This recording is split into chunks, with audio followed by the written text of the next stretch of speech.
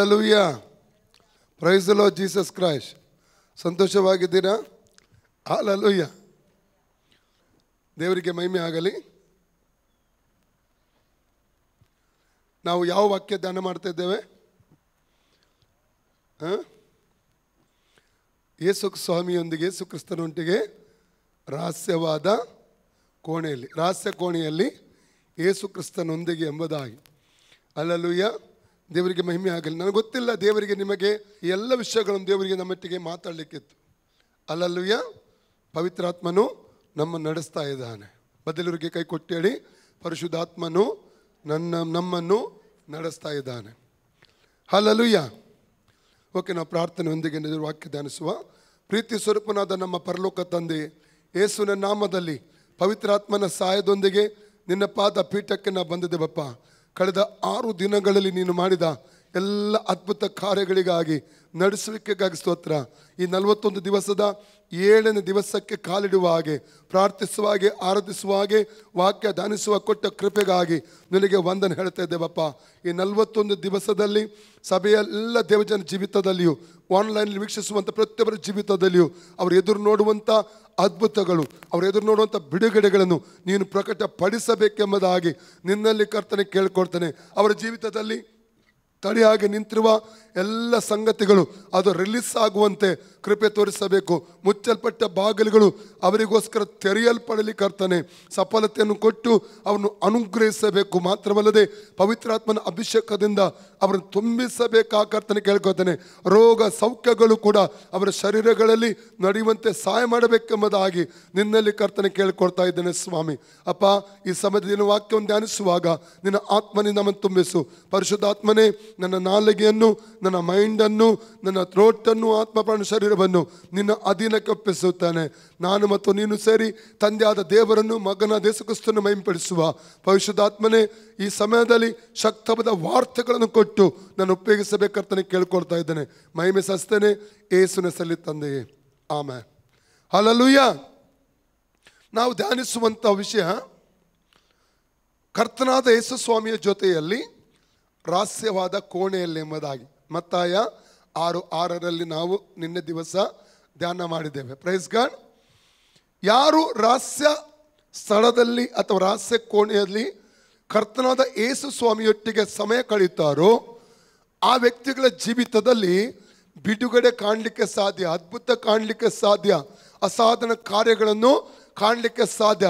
ಮಾತ್ರವಲ್ಲ, ಅಂಥ ವ್ಯಕ್ತಿಗಳು ಜಯದ ಜೀವಿತವನ್ನು ನಡೆಸುವುದಕ್ಕೆ ಸಾಧ್ಯ. ಮಾತ್ರವಲ್ಲ, ಅಂಥವರನ್ನು ಕರ್ತನು ಶಕ್ತವಾಗಿ ಆತನ ಮಹಿಮೆಗಾಗಿ ತೆಗೆದುಕೊಂಡು ಉಪಯೋಗಿಸುತ್ತಾನೆ. ಹಲ್ಲೆಲೂಯ. ಹಾಗಾದರೆ ಈ ಒಂದು ರಹಸ್ಯವಾದ ಈ ಅನೇಕ ಸಂಗತಿಗಳನ್ನು ಇವತ್ತು ದೇವಜನ ಏನಾಗಿದ್ದಾರೆ, ಅರಿತುಕೊಳ್ಳದೆ ಹೋಗಿದ್ದಾರೆ. ದೇವರ ದುಃಖದಿಂದ ಹೇಳುವಂಥ ಒಂದು ಮಾತುಂಟು. ಹೋಶೇಯನ ಪುಸ್ತಕ 4:6, ಬುಕ್ ಆಫ್ ಹೋಶೇಯ ಚಾಪ್ಟರ್ 4:6 ನಾವು ಓದುತ್ತೇವೆ, ನನ್ನ ಜನರು ಜ್ಞಾನಹೀನರಾಗಿ ನಾಶವಾಗಿ ಹೋಗುತ್ತಾ ಇದ್ದಾರೆ. ದೇವರೇನು ಹೇಳ್ತಿದ್ದಾನೆ?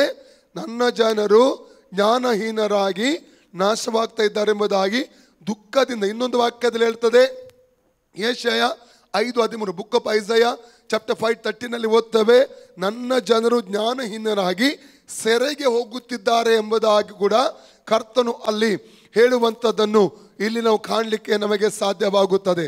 ಹಾಗಾದರೆ ಒಂದನ್ನು ತಿಳ್ಕೋಬೇಕು, ಈ ಒಂದು ಕೂಟಗಳಲ್ಲಿ ತನ್ನ ವಚನದ ಮೂಲಕ, ಅಭಿಷೇಕದ ಮೂಲಕ ಕರ್ತನು ನಮ್ಮ ಕಣ್ಣುಗಳನ್ನು ತೆರೆಯುತ್ತಾನೆ.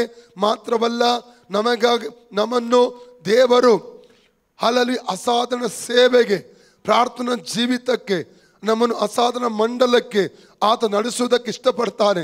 ಸಿದ್ಧರಾಗಿರುವಂತಹ ದೇವ ಜನರಿಗಾಗಿ ನಾನು ಸ್ತೋತ್ರವನ್ನು ಹೇಳೋದಕ್ಕೆ ಇಷ್ಟಪಡ್ತೇನೆ. ಹಲ್ಲೆಲೂಯ. ಆದಿ ಕಾಂಡದಿಂದ ಪ್ರಕಟಣೆವರೆಗೆ ನಾವು ಓದುವುದಾದರೆ ಕರ್ತನು ಶಕ್ತವಾಗಿ ಮಹಿಮೆಯಾಗಿ ಉಪಯೋಗಿಸಿದಂಥ ಅನೇಕ ಭಕ್ತರನ್ನು ನಾವು ಕಾಣಲಿಕ್ಕೆ ನಮಗೆ ಸಾಧ್ಯವಾಗುತ್ತದೆ. ಆದರೆ ಅದರ ಹಿಂದೆ ಇರುವಂಥ ರಹಸ್ಯವನ್ನು ಕೂಡ ನಾವು ತಿಳಿದುಕೊಳ್ಳುವುದಾದರೆ ಅದು ನಮಗೇನಾಗಿರ್ತದೆ? ಹಲ್ಲೆಲೂಯ. ಅದು ಎನ್ಕರೇಜ್ಮೆಂಟ್, ಅದು ನಮಗೆ ಪ್ರೋತ್ಸಾಹದಾಯಕವಾಗಿರ್ತದೆ. ಒಂದು ವಾಕ್ಯ ಓದಿ, ರೋಮನ್ಸ್ 1 ಕೊರಿಂಥ 10:11, 1 ಕೊರಿಂಥ 15:10-11, 1 ಕೊರಿಂಥ 10:11. ಅವರಿಗೆ ಸಂಭವಿಸಿದ ಈ ಸಂಗತಿಗಳು ನಿದರ್ಶನ ರೂಪವಾಗಿವೆ ಮತ್ತು ಯುಗಾಂತ್ಯಕ್ಕೆ ಬಂದಿರುವವರಾದ ನಮಗೆ ಬುದ್ಧಿವಾದಗಳಿಗಾಗಿ ಬರೆದವೆ. ಆಮೆನ್. ಹಾಗಾದ್ರೆ ಆದಿ ಕಾಂಡದಿಂದ ಪ್ರಕಟಣೆವರೆಗೆ ಕರ್ತನಿಂದ ಶಕ್ತವಾಗಿ ಉಪಯೋಗಿಸಲ್ಪಟ್ಟಂತ ಭಕ್ತರ ಜೀವಿತದಲ್ಲಿ ಏನೆಲ್ಲ ನಡೆಯಿತೋ ಅದು ನಮಗೆ ನಿದರ್ಶನ ರೂಪವಾಗಿದೆ. ಯುಗಾಂತ್ಯಕ್ಕೆ ಬಂದವರಾದ ನಮಗೂ ಕೂಡ ಏನಾಗಿದೆ? ಬುದ್ಧಿವಾದಗಳಾಗಿ ದೇವರು ಸತ್ಯವೇದದಲ್ಲಿ ಬರೆದಿಟ್ಟಿದ್ದಾನೆ. ಹಲ್ಲೆಲೂಯಾ. ನಾವು ಧರ್ಮೋಪದೇಶ ಕಾಂಡ 34ನೇ ಅಧ್ಯಾಯ 10, 11, 12 ವಾಕ್ಯ ಓದುವ. Book of Deuteronomy chapter 34, 10, 11 and 12. ಮೋಶೆ ಬಗ್ಗೆ ನಾವು ಓದ್ತೇವೆ ಅಲ್ಲಿ. ಯೆಹೋವನು ಮೋಶೆ ಸಂಗಡ ಮುಖಾಮುಖಿಯಾಗಿ ಬಳಕೆಯಾಗಿದ್ದ. ಹೇಗೆ ಮಾತಾಡಿದ? ಯೆಹೋವನು ಮೋಶೆ ಸಂಗಡ ಹೇಗೆ ಮಾತಾಡ್ತಾ ಇದ್ದ? ಹೇಗೆ? ಎಲ್ಲ ರೆಡಿ? ಯೆಹೋವನು ಮೋಶೆ ಸಂಗಡ ಮುಖಾಮುಖಿಯಾಗಿ ಮಾತಾಡ್ತಾ ಇದ್ದ. ಅಲ್ಲೇ ಒಂದು ಬೆರಳಿಡಿ. ಅರಣ್ಯಕಾಂಡ 12:8 ಬನ್ನಿ. ನಂಬರ್ಸ್ 12:8. ಪುನಃ ಅಲ್ಲಿ ಹೋಗ್ತೇವೆ ನಾವು. ಅರಣ್ಯಕಾಂಡ 12:8. ಅವನ ಸಂಗಡ ನಾನು ಗೂಢವಾಗಿ ಅಲ್ಲ, ಮೋಶೆ ಸಂಗಡ ನಾನು ಗೂಢವಾಗಿ ಅಲ್ಲ, ಪ್ರತ್ಯಕ್ಷದಲ್ಲಿ ಸ್ಪಷ್ಟವಾಗಿಯೇ ಮಾತಾಡುವೆನು. Praise God. ಸಾಕು ನೋಡಿ, ದೇವರು ಮೋಶೆ ಜೊತೆಯಲ್ಲಿ ಮುಖಾಮುಖಿಯಾಗಿ ಮಾತಾಡುವಂಥದ್ದನ್ನು ಇಲ್ಲಿ ನಾವು ಕಾಣ್ತಾ ಇದ್ದೇವೆ. ಹಲ್ಲೆಲೂಯಾ. ಮೋಶೆಯಲ್ಲಿದ್ದಂಥ ದಾಹ ನಾವು ನೋಡಿದ್ರೆ 3 ವಿಧವಾದ ಪ್ರಾರ್ಥನೆ ಮಾಡಿದ್ದನ್ನು ನಾವು ನೋಡ್ತೇವೆ. ಮೋಶೆ ಎಷ್ಟು ವಿಧವಾದ ಪ್ರಾರ್ಥನೆ ಮಾಡಿದ? ಆ 3 ವಿಧವಾದ ಪ್ರಾರ್ಥನೆಯಲ್ಲಿ ನಾವು ಆತ್ಮಿಕವಾದ ದಾಹವು ಎದ್ದು ನಿಂತಿರುವಂಥದ್ದನ್ನು ಕಾಣ್ತೇವೆ. ಬದಲು ಕೈ ಕೊಟ್ಟು ಹೇಳಿ, ದಾಹ ಇಲ್ಲದೆ ಯಾವುದನ್ನು ಹೊಂದಲಿಕ್ಕೆ ಆಗಲ್ಲ. ಬಯಕೆ ಇಲ್ಲದೆ ಯಾವುದನ್ನು ಹೊಂದಲಿಕ್ಕೆ ಆಗಲ್ಲ. ಹಲ್ಲೆಲೂಯಾ. ಆತ್ಮಿಕ ಸಂಗತಿನ ಹೊಂದಬೇಕಾದ್ರೆ ನಮಗೇನು ಬೇಕು? ಒಂದು ದಾಹ ಬೇಕು, ಒಂದು ಬಯಕೆ ಬೇಕು, ಒಂದು ಆಸೆ ಬೇಕು. ನಾನು ಹೊಂದ್ಕೋಬೇಕು, ನಾನು ಪಡ್ಕೋಬೇಕು. ಆ ದಾಹ ಇದ್ದರೆ ಎಂಥ ವ್ಯಕ್ತಿಯನ್ನು ಬೇಕಾದ ದೇವರೇನು ಮಾಡ್ತಾನೆ?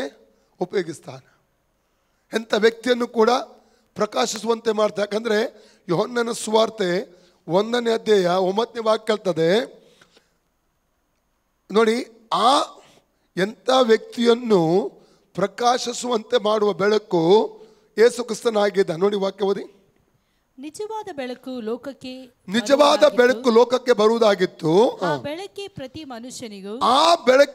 ಮನುಷ್ಯನಿಗೂ ಬೆಳಕನ್ನು ಕೊಡುವಂಥದ್ದು.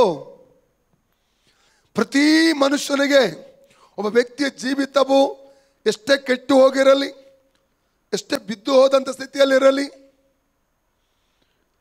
ಎಷ್ಟೇ ಆಳಕ್ಕೆ ಬಿದ್ದಿರಲಿ, ಹೇಳುವುದಕ್ಕೆ ಸಾಧ್ಯ ಎಂಬಂಥ ಪರಿಸ್ಥಿತಿಯಲ್ಲಿದ್ದರೂ ಕೂಡ ಈ ಯೇಸು ಸ್ವಾಮಿ ಕೊಡುವಂಥ ಬೆಳಕಿನ ಮೂಲಕ ಆ ವ್ಯಕ್ತಿ ಎದ್ದು ಬರುವುದಕ್ಕೆ ಸಾಧ್ಯ. ಹಲ್ಲೆಲೂಯಾ. ಓಕೆ, ಧರ್ಮೋಪದೇಶ ಕಾಂಡ 34ನೇ 10ನೇ ವಾಕ್ಯದಿಂದ ಓದುವ. ಡ್ಯೂಟೆರೋನಮಿ 34 ಚಾಪ್ಟರ್ 10 ಇಂದ ಓದಿ. ಯೆಹೋವನು ಮೋಶೆ ಸಂಗಡ ಮುಖಾಮುಖಿಯಾಗಿ ಬಳಕೆಯಾಗಿದ್ದನು. ಆತನು ಐಗುಪ್ತ ದೇಶದಲ್ಲಿ ಫರೋನ ಮುಂದೆಯೂ ಅವನ ಪ್ರಜಾ ಪರಿವಾರದವರ ಮುಂದೆಯೂ ವಿಧ ವಿಧವಾದ ಅದ್ಭುತ ಮಹತ್ಕಾರ್ಯಗಳನ್ನು ನಡೆಸುವುದಕ್ಕೆ. ನೋಡಿ, ನಾನು ಹೇಳಿದೆ 3 ವಿಧವಾದ ಪ್ರಾರ್ಥನೆ. ಅದನ್ನು ಬಿಟ್ಟೆ 3 ಎಷ್ಟು ವಿಧವಾದ ಪ್ರಾರ್ಥನೆ ಮಾಡಿದ ಮೋಶೆ? ಮಹತ್ವವುಳ್ಳ ಪ್ರಾರ್ಥನೆ. ನಾವು ವಿಮೋಚನ ಕಾಂಡ 33ನೇ ಅಧ್ಯಾಯಕ್ಕೆ ಬರುವ, ನಾವು ಎಕ್ಸೋಡಸ್ ಚಾಪ್ಟರ್ 33ಗೆ ಬರುವ. ಅದರಲ್ಲಿ ಮೊಟ್ಟ ಮೊದಲನೇದಾಗಿ 12 ಮತ್ತು 13 ವಾಕ್ಯ ಓದಿ. 12 ಮತ್ತು 13ನೇ ವಾಕ್ಯ ಮೊದಲ ಪ್ರಾರ್ಥನೆ. ಮೋಶೆ ಯೆಹೋವನಿಗೆ ಈ ಜನರನ್ನು ಆ ಸೀಮೆಗೆ ನಡೆಸಿಕೊಂಡು ಹೋಗಬೇಕೆಂದು ನೀನು ನನಗೆ ಆಜ್ಞಾಪಿಸಿದೆಯಷ್ಟೇ. ನನ್ನ ಸಂಗಡ ಯಾರನ್ನು ಕಳುಹಿಸುವಿಯೋ ಅದನ್ನು ನನಗೆ ತಿಳಿಸಲಿಲ್ಲ. ನಿನ್ನ ಹೆಸರನ್ನು ಗೊತ್ತು ಮಾಡಿದ್ದೇನೆಂದು ನಿನಗೆ ನನ್ನ ದಯೆ ದೊರಕಿತೆಂದು ನೀನು ನನಗೆ ಹೇಳಿದೆಯಲ್ಲ. ನನಗೆ ನಿನ್ನ ದಯೆ ದೊರಕಿದ್ದಾದರೆ ನಾನು ನಿನ್ನನ್ನು ಬಲ್ಲವನಾಗಿರುವಂತೆ ನಿನ್ನ ಮಾರ್ಗವನ್ನು ತೋರಿಸು. ಆಗ ನಿನ್ನ ದಯೆ ನನಗೆ ದೊರೆಯುತ್ತೆಂದು ನನಗೆ ತಿಳಿದಿರುವುದು. ಆಮೆನ್. ಏನೆಂಬುದ ಪ್ರಾರ್ಥನೆ ಮಾಡ್ತಾ ಇದ್ದಾನೆ ಮೋಶೆ. ನಿನ್ನ ಮಾರ್ಗವನ್ನು ನನಗೆ ತೋರಿಸು. ಎಂತ ಪ್ರಾರ್ಥನೆ ನಾವು ನೋಡ್ತೇವೆ. ಆಳ ಹೃದಯದಿಂದ, ಮೋಶೆಯ ಆಳ ಹೃದಯದಿಂದ ಬಂದಂತ ಪ್ರಾರ್ಥನೆ ಆಗಿದೆ. ನಿನ್ನ ಮಾರ್ಗ, ಯಾಕಂದ್ರೆ ಏಷ್ಯ 55:8-9 ಏನ್ ಹೇಳ್ತದೆ? ನನ್ನ ಆಲೋಚನೆಗಳಿಗಿಂತಲೂ ನಿಮ್ಮ ಆಲೋಚನೆಗಳು ನನ್ನ ಆಲೋಚನೆಗಳು ಭಿನ್ನವಾದದು. ನನ್ನ ಮಾರ್ಗಗಳು ನಿಮ್ಮ ಮಾರ್ಗಗಳಿಗಿಂತಲೂ ನನ್ನ ಮಾರ್ಗಗಳು ಭಿನ್ನ. ಆಕಾಶವು ಭೂಮಿಗಿಂತ ಎಷ್ಟು ಉನ್ನತವೋ ಅಷ್ಟು ಉನ್ನತ ಎಂಬುದಾಗಿ ದೇವರು ಹೇಳ್ತಾ ಇದ್ದಾನೆ. 55 ಏಷ್ಯ 55:8-9 ವಾಕ್ಯದಲ್ಲಿ ಅದನ್ನು ಕಾಣಲಿಕ್ಕೆ ಸಾಧ್ಯವಾಗ್ತದೆ. ಹಾಗಾದ್ರೆ ಮೋಶೆ ಏನ್ ಕೇಳ್ತಾ ಇದ್ದಾನೆ ದೇವರ ಬಳಿಯಲ್ಲಿ? ನಿನ್ನ ಮಾರ್ಗ ನನಗೆ ತೋರಿಸಿದ್ ನಾನು ದೇವರು. 103 ಕೀರ್ತನೆ 7ನೇ ವಾಕ್ಯ ಓದಿ. 103 Psalms 7. ಆತನು ಮೋಶೆಗೆ ತನ್ನ ಮಾರ್ಗವನ್ನು ಇಸ್ರಾಯೇಲರಿಗೆ ತನ್ನ ಕೃತ್ಯಗಳನ್ನು ಪ್ರಕಟಿಸಿದನು. ಮೋಶೆಗೆ ಏನು ತೋರಿಸಿದ ದೇವರು? ಆತನ ಮಾರ್ಗ ತೋರಿಸಿದ. ದೇವರು ಎಲ್ಲರಿಗೂ ತನ್ನ ಮಾರ್ಗ ತೋರಿಸುವುದಿಲ್ಲ. ಸಿಲೆಕ್ಟೆಡ್ ವ್ಯಕ್ತಿಗಳಿಗೆ ಮಾತ್ರ, ಆರಿಸಲ್ಪಟ್ಟ ವ್ಯಕ್ತಿಗಳಿಗೆ ಮಾತ್ರ. ಮೋಶೆಯ ಪ್ರಾರ್ಥನೆ ಏನಾಗಿತ್ತು ಗೊತ್ತುಂಟ? ನಿನ್ನ ಮಾರ್ಗ ನನಗೆ ತೋರಿಸು. ದೇವರ ಮಾರ್ಗದಲ್ಲಿ ಯಾರು ಕಂಡುಕೊಂಡು ಹೋಗ್ತಾರಲ್ಲ ಅವರು ಅನುಗ್ರಹಿಸಲ್ಪಟ್ಟ ಜೀವಿತವನ್ನು ಜೀವಿಸಲಿಕ್ಕೆ ಸಾಧ್ಯ. ಎರಡನೇ ಪ್ರಾರ್ಥನೆ ಏನಾಗಿತ್ತು ಮೋಶದ್ದು? ವಿಮೋಚನೆ ಕಾಂಡ 33:15-16 ವಾಕ್ಯ. 15-16 ವರ್ಸ್. ಅದಕ್ಕೆ ಮೋಶೆ ನೀನೇ ನಮ್ಮ ಸಂಗಡ ಬಾರದೆ ಹೋದರೆ ನಮ್ಮನ್ನು ಇಲ್ಲಿಂದ ಹೋಗಗೊಡಿಸಬಾರದು. ನನಗೂ ನಿನ್ನ ಪ್ರಜೆಗಳಾದ ಇವರಿಗೂ ನಿನ್ನ ಅನುಗ್ರಹ ದೊರಕಿತೆಂಬುದು ನೀನೇ ನಮ್ಮ ಸಂಗಡ ಬರುವುದರಿಂದಲೇ ಹೊರತು ಬೇರೆ ಯಾತರಿಂದ ತಿಳಿದು ಬರುವುದು. ಏನೆಂಬುದಾಗಿ ಪ್ರಾರ್ಥಿಸ್ತಾ ಇದ್ದಾನೆ. ನೀನು ನಮ್ಮ ಸಂಗಡ ಬರದೆ ಹೋದರೆ ಇಲ್ಲಿ ನಮ್ಮನ್ನು ಕಳಿಸಬಾರದು. ಯಾಕಂದ್ರೆ 33ನೇ ಅಧ್ಯಾಯ 1, 2, 3 ವಾಕ್ಯ ನಾವು ಓದುವಾಗ ದೇವರಲ್ಲಿ ಹೇಳ್ತಾ ಇದ್ದಾನೆ, ಅವರು ಬಂಗಾರದ ಬಸವನನ್ನು ಆರಾಧಿಸಿದ್ದರಿಂದಾಗಿ ದೇವರು ಬೇಸರದೊಂದಿಗೆ ಏನ್ ಮಾಡ್ತಾ ಇದ್ದಾನೆ? ನಾನು ನಿಮ್ಮೊಂದಿಗೆ ಬರುವುದಿಲ್ಲ, ನನ್ನ ದೂತನನ್ನು ಕಳಿಸುತ್ತೇನೆ. ಅವನು 31 ರಾಜರ ಮೇಲೆ 7 ಜನಾಂಗಗಳ ಮೇಲೆ ನಿಮಗೆ ಯುದ್ಧ ಮಾಡಿ ಅದ್ಭುತಗಳನ್ನು ನಡೆಸಿ ಆತನು ನಿಮಗೆ ವಾಗ್ದತ್ತ ದೇಶವಾದ ಕಾನನ್ನು ಸ್ವಾಧೀನ ಮಾಡಲಿಕ್ಕೆ ಆತನು ಕೃಪೆ ಕೊಡ್ತಾನೆ. ಆದರೆ ಮೋಶೆ ಏನು ಪ್ರೇಯರ್ ಮಾಡ್ತಾ ಇದ್ದಾನೆ? ನೀನು ನಮ್ಮ ಜೊತೆ ಬರದಿದ್ದರೆ ನಮ್ಮನ್ನು ಕಳುಹಿಸಬೇಡ. ನಮ್ಮ ಪ್ರಾರ್ಥನೆ ಆಗಿರಬೇಕು, ಕರ್ತನಾದ ಯೇಸು ಸ್ವಾಮಿ, ನಾನು ಎಲ್ಲಿ ಹೋಗುವಾಗಲೂ ಎಲ್ಲಿ ನಡೆಯುವಾಗಲೂ ನೀನು ನನ್ನ ಜೊತೆ ಇರಬೇಕು. ದೇವರು ನಮ್ಮ ಜೊತೆಲಿ ಇದ್ದರೆ ಎಲ್ಲ ಭಾಗದಲ್ಲೂ ನಮಗೆ ಸಫಲತೆ ಇರ್ತದೆ. ಎಲ್ಲ ಭಾಗದಲ್ಲೂ ದೇವರು ನಮಗೆ ಅದ್ಭುತಗಳನ್ನು ಮಾಡುತ್ತಾನೆ. ಮತ್ತೆ 28:20 ಆತನ ವಾಗ್ದಾನ ಮಾಡಿದನಲ್ಲ, ಯುಗದ ಸಮಾಪ್ತಿಯವರೆಗೂ ನಾನು ನಿಮ್ಮ ಸಂಗಡ ಇದ್ದೇನೆ. ಹಲ್ಲೆಲೂಯಾ. ಯಾವಾಗಲೂ ಬೆಳಿಗ್ಗೆ ಎದ್ದು ಪ್ರಾರ್ಥಿಸಬೇಕು, ಕರ್ತನೇ ನಾನು ಇವತ್ತು ಕೆಲಸಕ್ಕೆ ಹೋಗ್ತಾ ಇದ್ದೇನೆ, ನೀನು ನನ್ನ ಜೊತೆಯಲ್ಲಿ ಬರಬೇಕು. ನಾನು ಇವತ್ತು ಪ್ರಯಾಣದಲ್ಲಿ ಹೋಗ್ತಾ ಇದ್ದೇನೆ, ನೀನು ನನ್ನ ಸಂಗಡ ಬರಬೇಕು. ಹಲ್ಲೆಲೂಯಾ.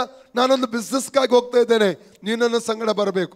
ನಾನು ಸ್ವಾರ್ಥ ಸಾಲಿಗೆ ಹೋಗ್ತಾ ಇದ್ದೇನೆ, ನೀನು ನನ್ನ ಸಂಗಡ ಬರಬೇಕು. ದೇವರು ಬಂದರೆ ನಮಗೆ 100ಕ್ಕೆ 1% ನಮಗೆ ಸಕ್ಸಸ್. ಹಲ್ಲೆಲೂಯಾ.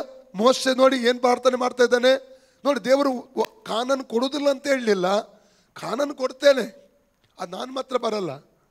ಅದೇ ಮೋಶೆ ಒಪ್ಪಲಿಲ್ಲ. ಮೋಶೆ ಏನು ಹೇಳ್ತಿದ್ದಾನೆ? ನೀನು ನಮ್ಮ ಸಂಗಡ ಬರದೆ ಹೋದರೆ ನಮ್ಮನ್ನು ಕಳುಹಿಸಬೇಡ. ಹಲ್ಲೆಲೂಯ. ಮೂರನೇ ಪ್ರಾರ್ಥನೆ ಏನು ಮಾಡಿದ ಆತನು? ಥರ್ಡ್ ಪ್ರೇಯರ್ ಏನು ಮಾಡಿದ? ನಾವು 17-18 ವಾಕ್ಯ ಓದಿ.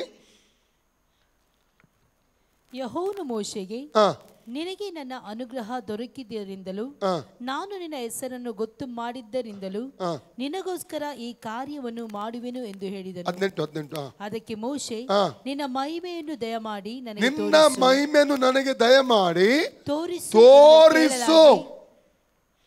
ಮೂರನೇ ಪ್ರಾರ್ಥನೆ ಏನಾಗಿದೆ? ನಿನ್ನ ಮಹಿಮೆಯನ್ನು ನನಗೆ ತೋರಿಸು. ನಿನ್ನ ಮಹಿಮೆ, ನಿನ್ನ ನೋಡಬೇಕು. ನಾನು ಹಾಡುಂಟಲ್ಲ, ನಿನ್ನನ್ನ ನೋಡಬೇಕು ಏಸಯ್ಯ, ನಿನ್ನನ್ನ ಏನ್ ಹೇಳ್ತದೆ ಅದು?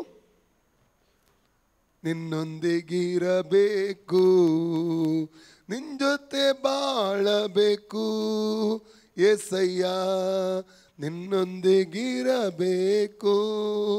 ಹಲ್ಲೆಲೂಯ. ಮೋಶೆ ಏನ್ ಮಾಡ್ತಾ ಇದ್ದಾನೆ? ನಿನ್ನ ಮಹಿಮೆಯನ್ನು ತೋರಿಸು. ಅವನಿಗೆ ಆಯಿತು. ಅದಕ್ಕೆ ಮುಖಾಮುಖಿಯಾಗಿ ದೇವರು ಅವನಿಗೆ ಪ್ರಕಟ ಆಗ್ತಾ, ಮುಖಾಮುಖಿಯಾಗಿ ಮಾತಾಡ್ತಾ ಇದ್ದ. ಅವನಿಗೆ ದಾಹ, ಅನೇಕರಿಗೆ ನಮಗೆ ಆತ್ಮಿಕ ದಾಹ ಕಡಿಮೆ. 18ರಿಂದ ಅದೇ ಅಧ್ಯಾಯದಲ್ಲಿ ಎಕ್ಸೋಡಸ್ 33:8 ನಾವು 19-23 19ರಿಂದ 23 ವಾಕ್ಯ ನೋಡ್ತೇವೆ. ದೇವರು ತನ್ನ ಮಹಿಮೆಯನ್ನು ಮೋಶೆಗೆ ತೋರಿಸುವಂಥದ್ದನ್ನಲ್ಲಿ ನಾವು ಕಾಣ್ತೇವೆ. ಹಲ್ಲೆಲೂಯ. ಮೊದಲ ಪ್ರಾರ್ಥನೆ ಏನಾಗಿತ್ತು? ನಿನ್ನ ಮಾರ್ಗ ತೋರಿಸು. ಎರಡನೇ ಪ್ರಾರ್ಥನೆ ಏನಾಗಿತ್ತು? ನೀನು ನಮ್ಮ ಜೊತೆ ಬರಬೇಕು. ಮೂರನೇ ಪ್ರಾರ್ಥನೆ ಏನಾಗಿತ್ತು? ನಿನ್ನ ಮಹಿಮೆಯನ್ನು ತೋರಿಸು ಎಂಬುದಾಗಿತ್ತು. ಅವನು ಆಳವಾದ ಒಂದು ದಾಹದೊಂದಿಗೆ ಮಾಡುವಂಥ ಪ್ರಾರ್ಥನೆ ನಾವಲ್ಲಿ ಕಾಣ್ತಾ ಇದ್ದೇವೆ ಪ್ರಿಯರೇ. ಓಕೆ, ಧರ್ಮೋಪದೇಶಕಾಂಡ 34:10-12 ತಿರುಗಿ ಬರುವ. ಎಕ್ಸೋಡಸ್ ಚಾಪ್ಟರ್ 34 10-12 ಕಂಟಿನ್ಯೂ ಓದಿ. 10ರಿಂದಲೇ ಓದಿ ನೋಡುವ. ಪುನಃ ಓದಿ. ಯೆಹೋವನು ಮೋಶೆ ಸಂಗಡ ಮುಖಾಮುಖಿಯಾಗಿ ಬಳಕೆಯಾಗಿದ್ದನು.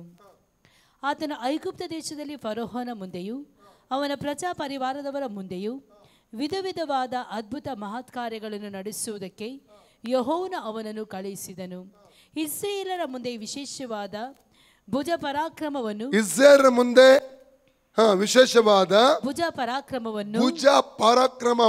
ಭಯಂಕರ ಕಾರ್ಯಗಳನ್ನು ನಡೆಸಿದನು. ಇಂಥವನಿಗೆ ಸಮಾನವಾದ ಮತ್ತೊಬ್ಬ ಪ್ರವಾದಿ ಈಚೆಗೆ ಇಸ್ರಾಯೇಲರಲ್ಲಿ ಹುಟ್ಟಲೇ ಇಲ್ಲ. ಹಲ್ಲೆಲೂಯ. ಶಕ್ತವಾಗಿ ಬಲವಾಗಿ ದೇವರು ತನ್ನ ಪ್ರವಾದಿಯಾದ ತನ್ನ ಭಕ್ತನಾದ ಮೋಶೆಯನ್ನು ಅಲ್ಲಿ ಇಸ್ರಾಯೇಲ್ ಜನರ ಮಧ್ಯದಲ್ಲಿ ಉಪಯೋಗಿಸದೆ ಎಂಬುದಾಗಿ ಈ ವಾಕ್ಯದಲ್ಲಿ ನಾವು ಓದುತ್ತೇವೆ. ನಾನು ನಿನ್ನೆ ದಿವಸ ಹೇಳಿದ್ದೆ, ಅನೇಕ ಉನ್ನತವಾದ ಅಭಿಷಿಕ್ತ ದೇವ ಸೇವಕರನ್ನು ಕೆಲವೊಮ್ಮೆ ದೇವರು ಉಪಯೋಗಿಸುವಾಗ ನಾವು ಆಶ್ಚರ್ಯ ಪಡ್ತೇವೆ. ಹಲ್ಲೆಲೂಯ. ಲಕ್ಷೋಪಲಕ್ಷ ಜನರ ಮುಂದೆ ಅವರು ಕಾಣಿಸಿಕೊಳ್ತಾರೆ, ಪ್ರಸಂಗ ಮಾಡ್ತಾರೆ, ಸೇವೆ ಮಾಡ್ತಾರೆ. ವೀಲ್ ಚೇರ್ಗಳು ಖಾಲಿ ಆಗುತ್ತದೆ, ರೋಗಿಗಳು ಗುಣ ಆಗುತ್ತಾರೆ, ಸತ್ತವರು ಎದ್ದು ಬರುತ್ತಾರೆ. ನಾವು ಆಶ್ಚರ್ಯ ಪಡುತ್ತೇವೆ. ಆದರೆ ಅದರ ಹಿಂದೆ ಅಲ್ಲಿ ಅವ್ರು ತೆತ್ತಂಥ ಬೆಲೆ ಬಗ್ಗೆ ನಮಗೆ ಗೊತ್ತಿರುವುದಿಲ್ಲ. ಅವರು ರಹಸ್ಯವಾದ ಕೋಣೆಯಲ್ಲಿ ಯೇಸು ಸ್ವಾಮಿ ಜೊತೆಯಲ್ಲಿ ಅವರು ಕಳೆಯುವಂಥ ಸಮಯದ ಕುರಿತಾಗಿ ನಮಗೆ ಗೊತ್ತಿರುವುದಿಲ್ಲ. ಹಲ್ಲೆಲೂಯ. ಅವ್ರು ಮಾಡುವಂಥ ಉಪವಾಸಗಳು ಪ್ರಾರ್ಥನೆಗಳು ಕುರಿತಾಗಿ ನಮಗೇನು ಗೊತ್ತಿರುವುದಿಲ್ಲ. ಬೆಲೆ ತೆತ್ತಿರುತ್ತಾರೆ. ಶಕ್ತವಾಗಿ ಅವರು ಉಪಯೋಗಿಸುವಂಥದ್ದನ್ನು ಅಲ್ಲಿ ನಾವು ಕಾಣಲಿಕ್ಕೆ ನಮಗೆ ಸಾಧ್ಯ. ನಾನು ಹೇಳ್ತೇನೆ, ಪ್ರಾರ್ಥನೆ ಮಾಡದೆ ನಾವು ದೇವರಿಗೆ ಉಪಯೋಗಿಸಲ್ಪಡುವುದಕ್ಕೆ ಸಾಧ್ಯನೇ ಇಲ್ಲ. ಪ್ರಾರ್ಥನಾ ಜೀವಿತ ನಮ್ಮದು ಇಲ್ಲದೆ ದೇವರನ್ನು ಉಪಯೋಗಿಸಲಿಕ್ಕೆ ಖಂಡಿತವಾಗಿ ಸಾಧ್ಯವಿಲ್ಲ. ಎಲ್ಲ ರೆಡಿ? ಹೆಚ್ಚು ಪ್ರಾರ್ಥನೆ ಮಾಡಿದರೆ ಹೆಚ್ಚು ಬಲ, ಕಡಿಮೆ ಪ್ರಾರ್ಥನೆ ಬರಿದೆ ಕಡಿಮೆ ಬಲ, ಪ್ರಾರ್ಥನೆ ಮಾಡದೇ ಇದ್ದರೆ ಬಲನೇ ಇಲ್ಲ. ಪುನಃ ನೋಡುವ. ಹೆಚ್ಚು ಪ್ರಾರ್ಥನೆ ಮಾಡಿದರೆ ಹೆಚ್ಚು ಬಲ, ಕಡಿಮೆ ಪ್ರಾರ್ಥನೆ ಮಾಡಿದರೆ ಕಡಿಮೆ ಬಲ, ಪ್ರಾರ್ಥನೆ ಮಾಡದೇ ಇದ್ದರೆ ಬಲನೇ ಇಲ್ಲ. ಅಲ್ಲಲ್ಲಿ ಪುನಃ ಹೇಳಿ. ಪ್ರಾರ್ಥನೆ ಮಾಡಿದರೆ ಪರಿಶುದ್ಧ ಜೀವಿತ, ಪ್ರಾರ್ಥನೆ ಮಾಡದಿದ್ದರೆ ಪಾಪದ ಜೀವಿತ, ಪ್ರಾರ್ಥನೆ ಮಾಡಿದರೆ ಜಯದ ಜೀವಿತ, ಪ್ರಾರ್ಥನೆ ಮಾಡದೇ ಇದ್ದರೆ ಸೋಲಿನ ಜೀವಿತ, ಪ್ರಾರ್ಥನೆ ಮಾಡಿದರೆ ದೇವರೊಟ್ಟಿಗೆ ಅನ್ಯೋನ್ಯತೆ, ಪ್ರಾರ್ಥನೆ ಮಾಡದೇ ಇದ್ದರೆ ಸೈತಾನನೊಟ್ಟಿಗೆ ಅನ್ಯೋನ್ಯತೆ. ಅರ್ಥ ಆಯ್ತಾ? ಎಷ್ಟಿಂಗೆ ಅರ್ಥ ಆಗ್ತಾ ಇದೆ? ರಮಕ ಶಕ್ರೆ ಬಲಕ ಸುಕುರಿ ಅಂದಲ ರಕಲಬಕ ಸಕ್ರ ಬಲ.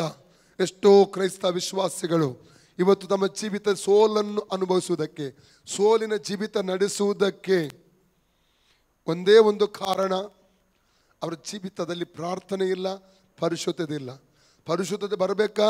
ಪ್ರಾರ್ಥನಾ ಜೀವಿತ ಬೇಕು ನಮಗೆ. ಸ್ಪೆಂಡ್ ಮಾಡಲ್ಲ, ಖಾಲಿ ಪ್ರಾರ್ಥನೆ ಮಾತ್ರ ಅಲ್ಲ, ಪ್ರಾರ್ಥನೆ ಒಟ್ಟು ವಾಕ್ಯ. ಎಲ್ಲ ರೆಡಿ? ಪ್ರಾರ್ಥನೆ ವಾಕ್ಯ, ಪ್ರಾರ್ಥನೆ ವಾಕ್ಯ, ಪ್ರಾರ್ಥನೆ ವಾಕ್ಯ, ಪ್ರಾರ್ಥನೆ ವಾಕ್ಯ, ವಾಕ್ಯ. ಎಲ್ಲ ರೆಡಿ? ವಾಕ್ಯ ಓದಬೇಕು, ಪ್ರಾರ್ಥನೆ ಮಾಡಬೇಕು. ಪ್ರಾರ್ಥನೆ ಓದಬೇಕು, ಪ್ರಾರ್ಥನೆ ಮಾಡಬೇಕು, ವಾಕ್ಯ ಓದಬೇಕು. ಪ್ರಾರ್ಥನೆ ಮಾಡಬೇಕು, ವಾಕ್ಯ ಓದಬೇಕು. ಪ್ರಾರ್ಥನೆ ಮಾಡಬೇಕು, ವಾಕ್ಯ ಓದಬೇಕು.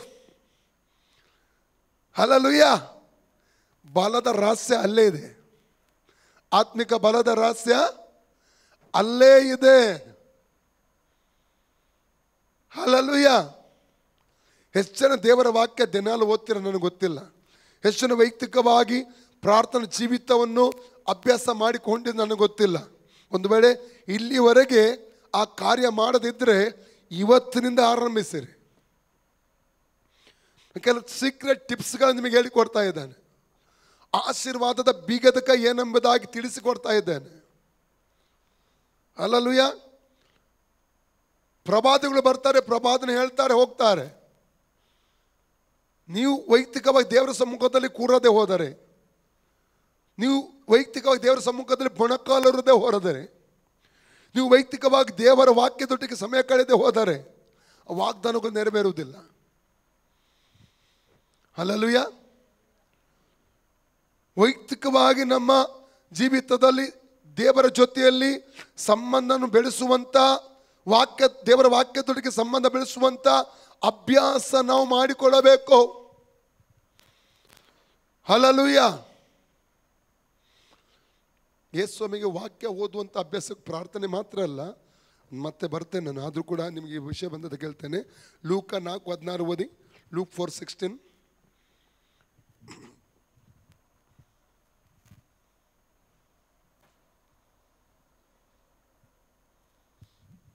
ಹೀಗಿರಲಾಗಿ ಆತನು ತಾನು ಬೆಳೆದ ನಜರೇತಿಗೆ ಬಂದು ತನ್ನ ವಾಡಿಕೆಯ ಪ್ರಕಾರ ಸಬ್ಬತ್ ದಿನದಲ್ಲಿ ಸಭಾಮಂದಿರಕ್ಕೆ ಹೋಗಿ, ಎಲ್ಲ ರೆಡಿ?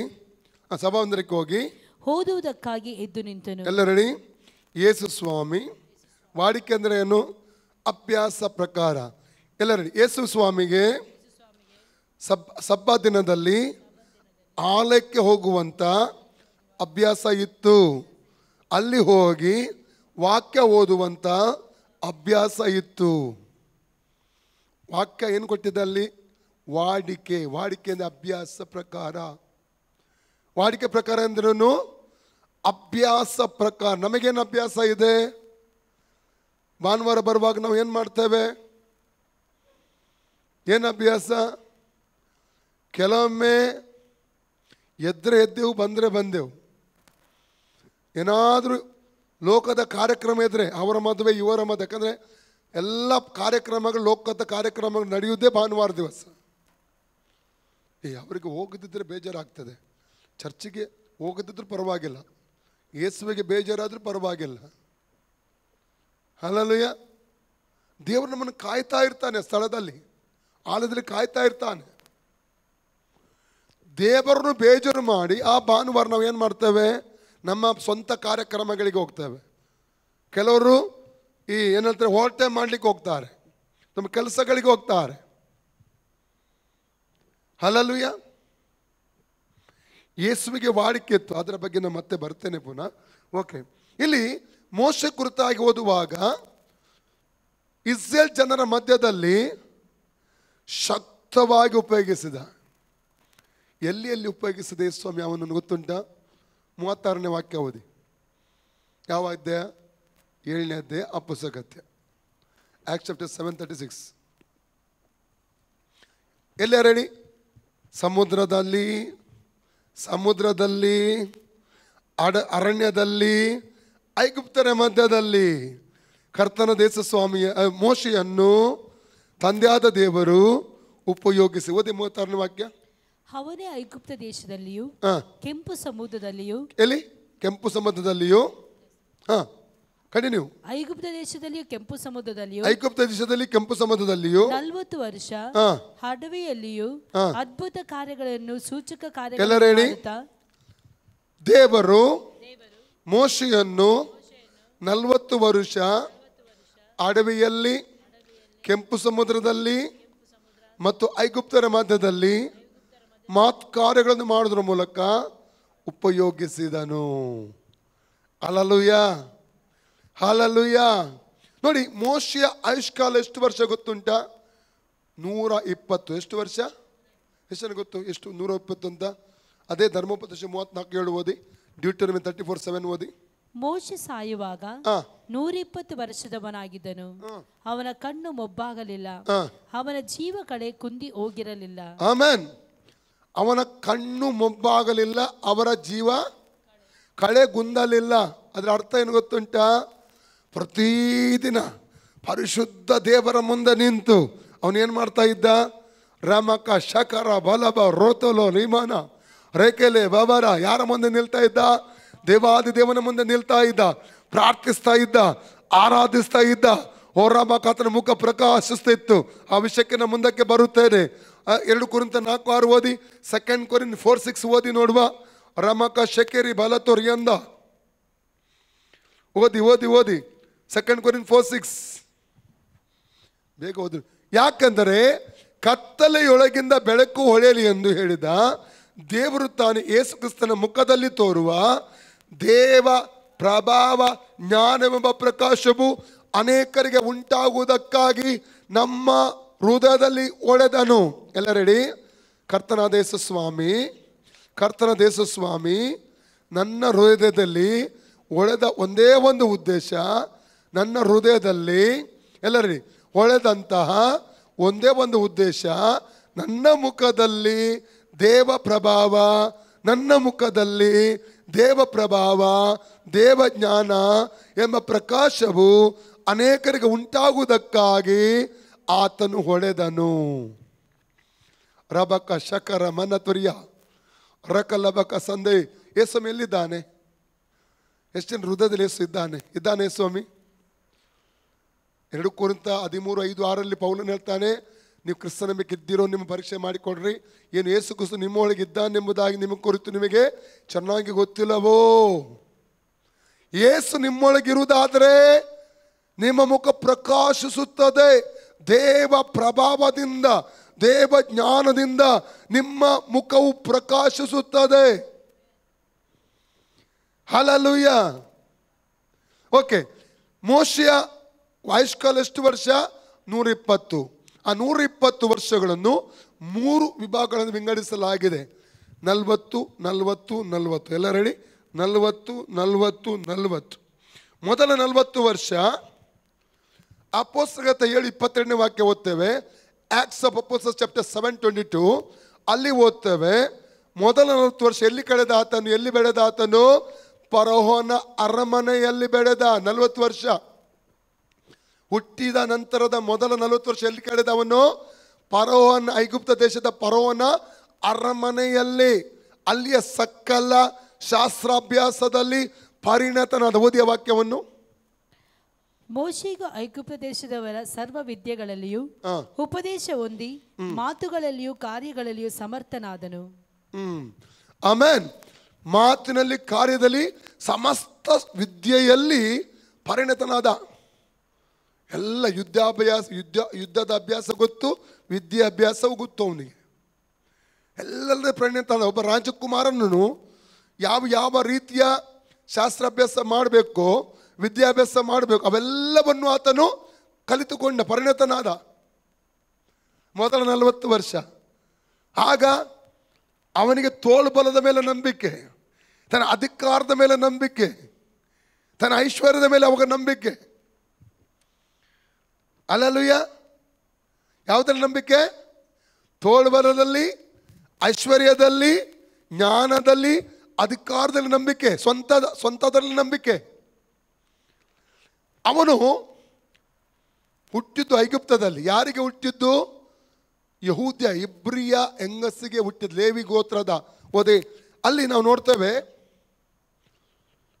ಆ ಸಮಯದಲ್ಲಿ ಫರೋಹನು ಏನು ಮಾಡ್ತಾನೆ?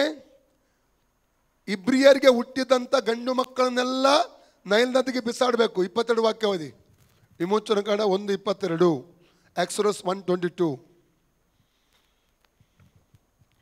ತರುವಾಯ ಫರೋಹನು ತನ್ನ ಜನರಿಗೆಲ್ಲ ಹಿಬ್ರಿಯರ ಗಂಡು ಕೂಸುಗಳನ್ನೆಲ್ಲ ನೈಲ್ ನದಿಯಲ್ಲಿ ಹಾಕಬೇಕು, ಹೆಣ್ಣು ಕೂಸುಗಳನ್ನೆಲ್ಲ ಉಳಿಸಬೇಕು ಎಂದು ಆಜ್ಞೆ ಮಾಡಿದನು. ಆಮೆನ್.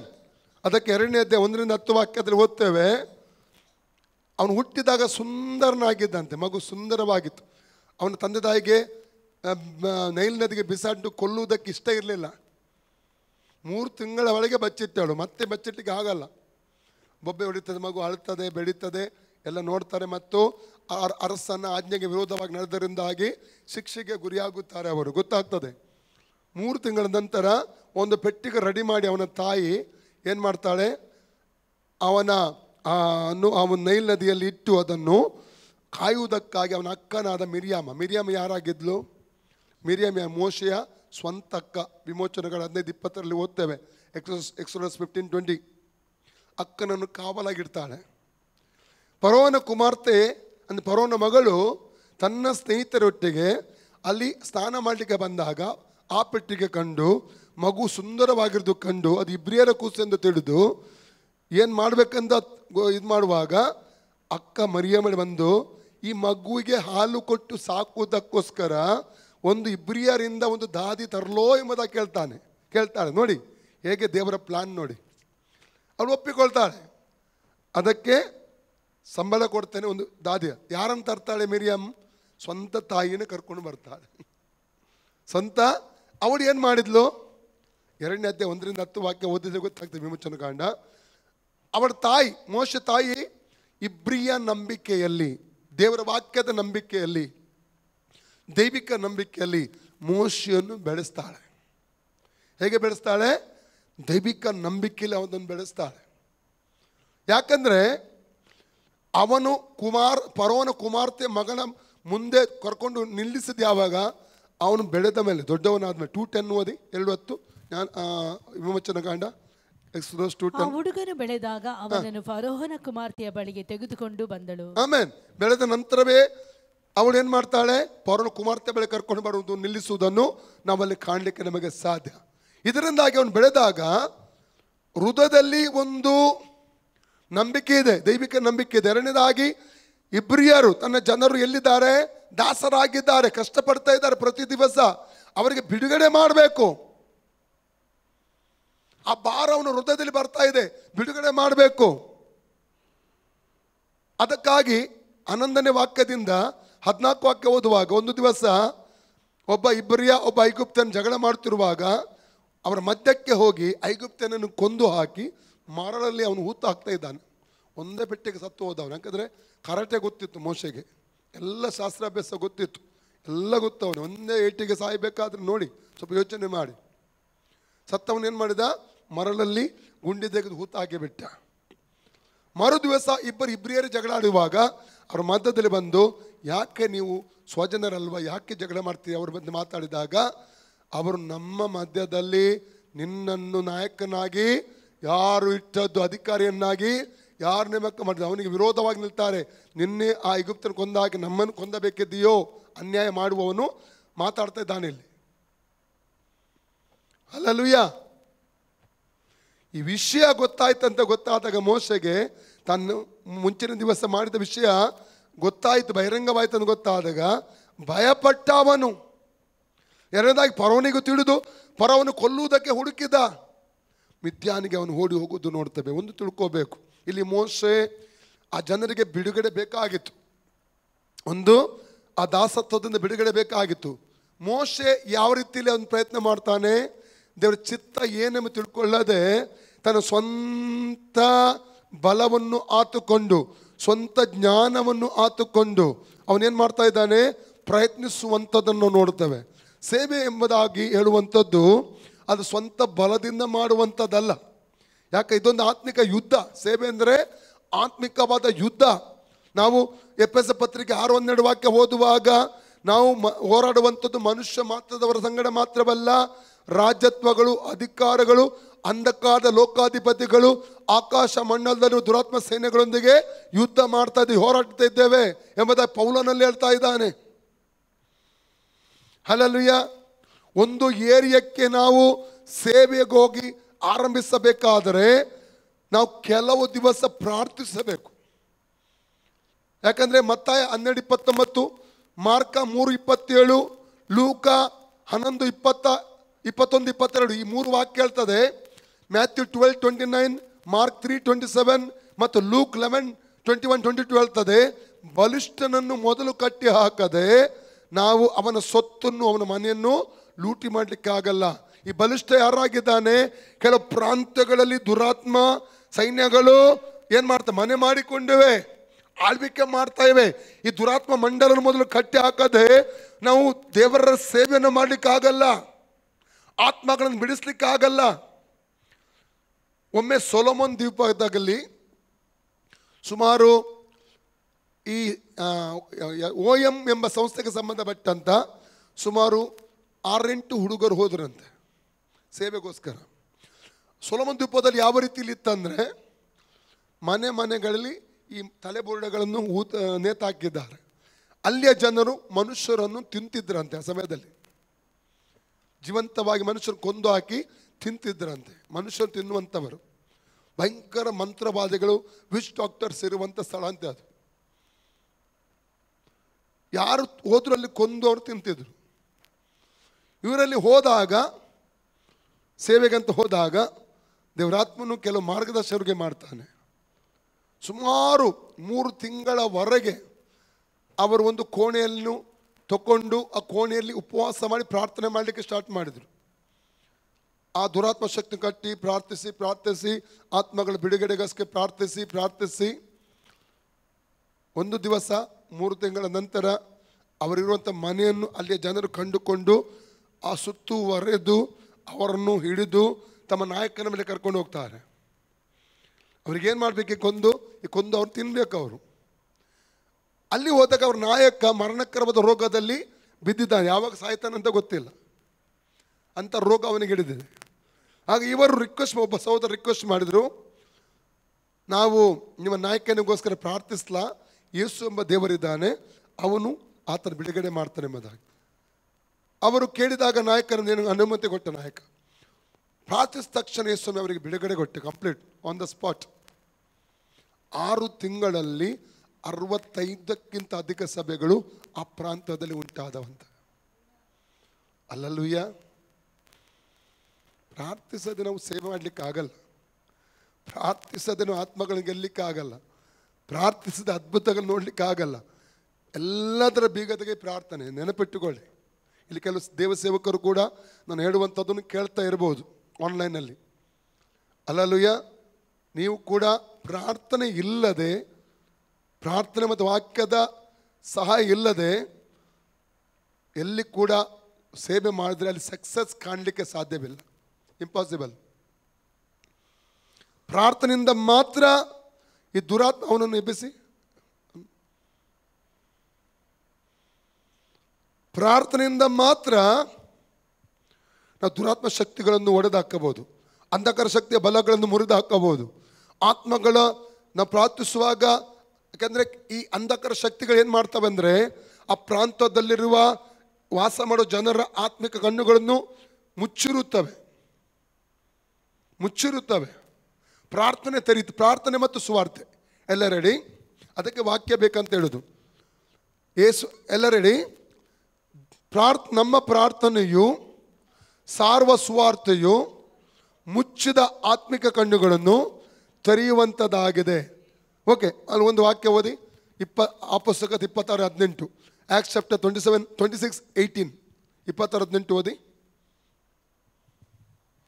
ಅವರು ಕತ್ತಲೆಯಿಂದ ಬೆಳಕಿಗೂ ಸೈತಾನನ ಅಧಿಕಾರದಿಂದ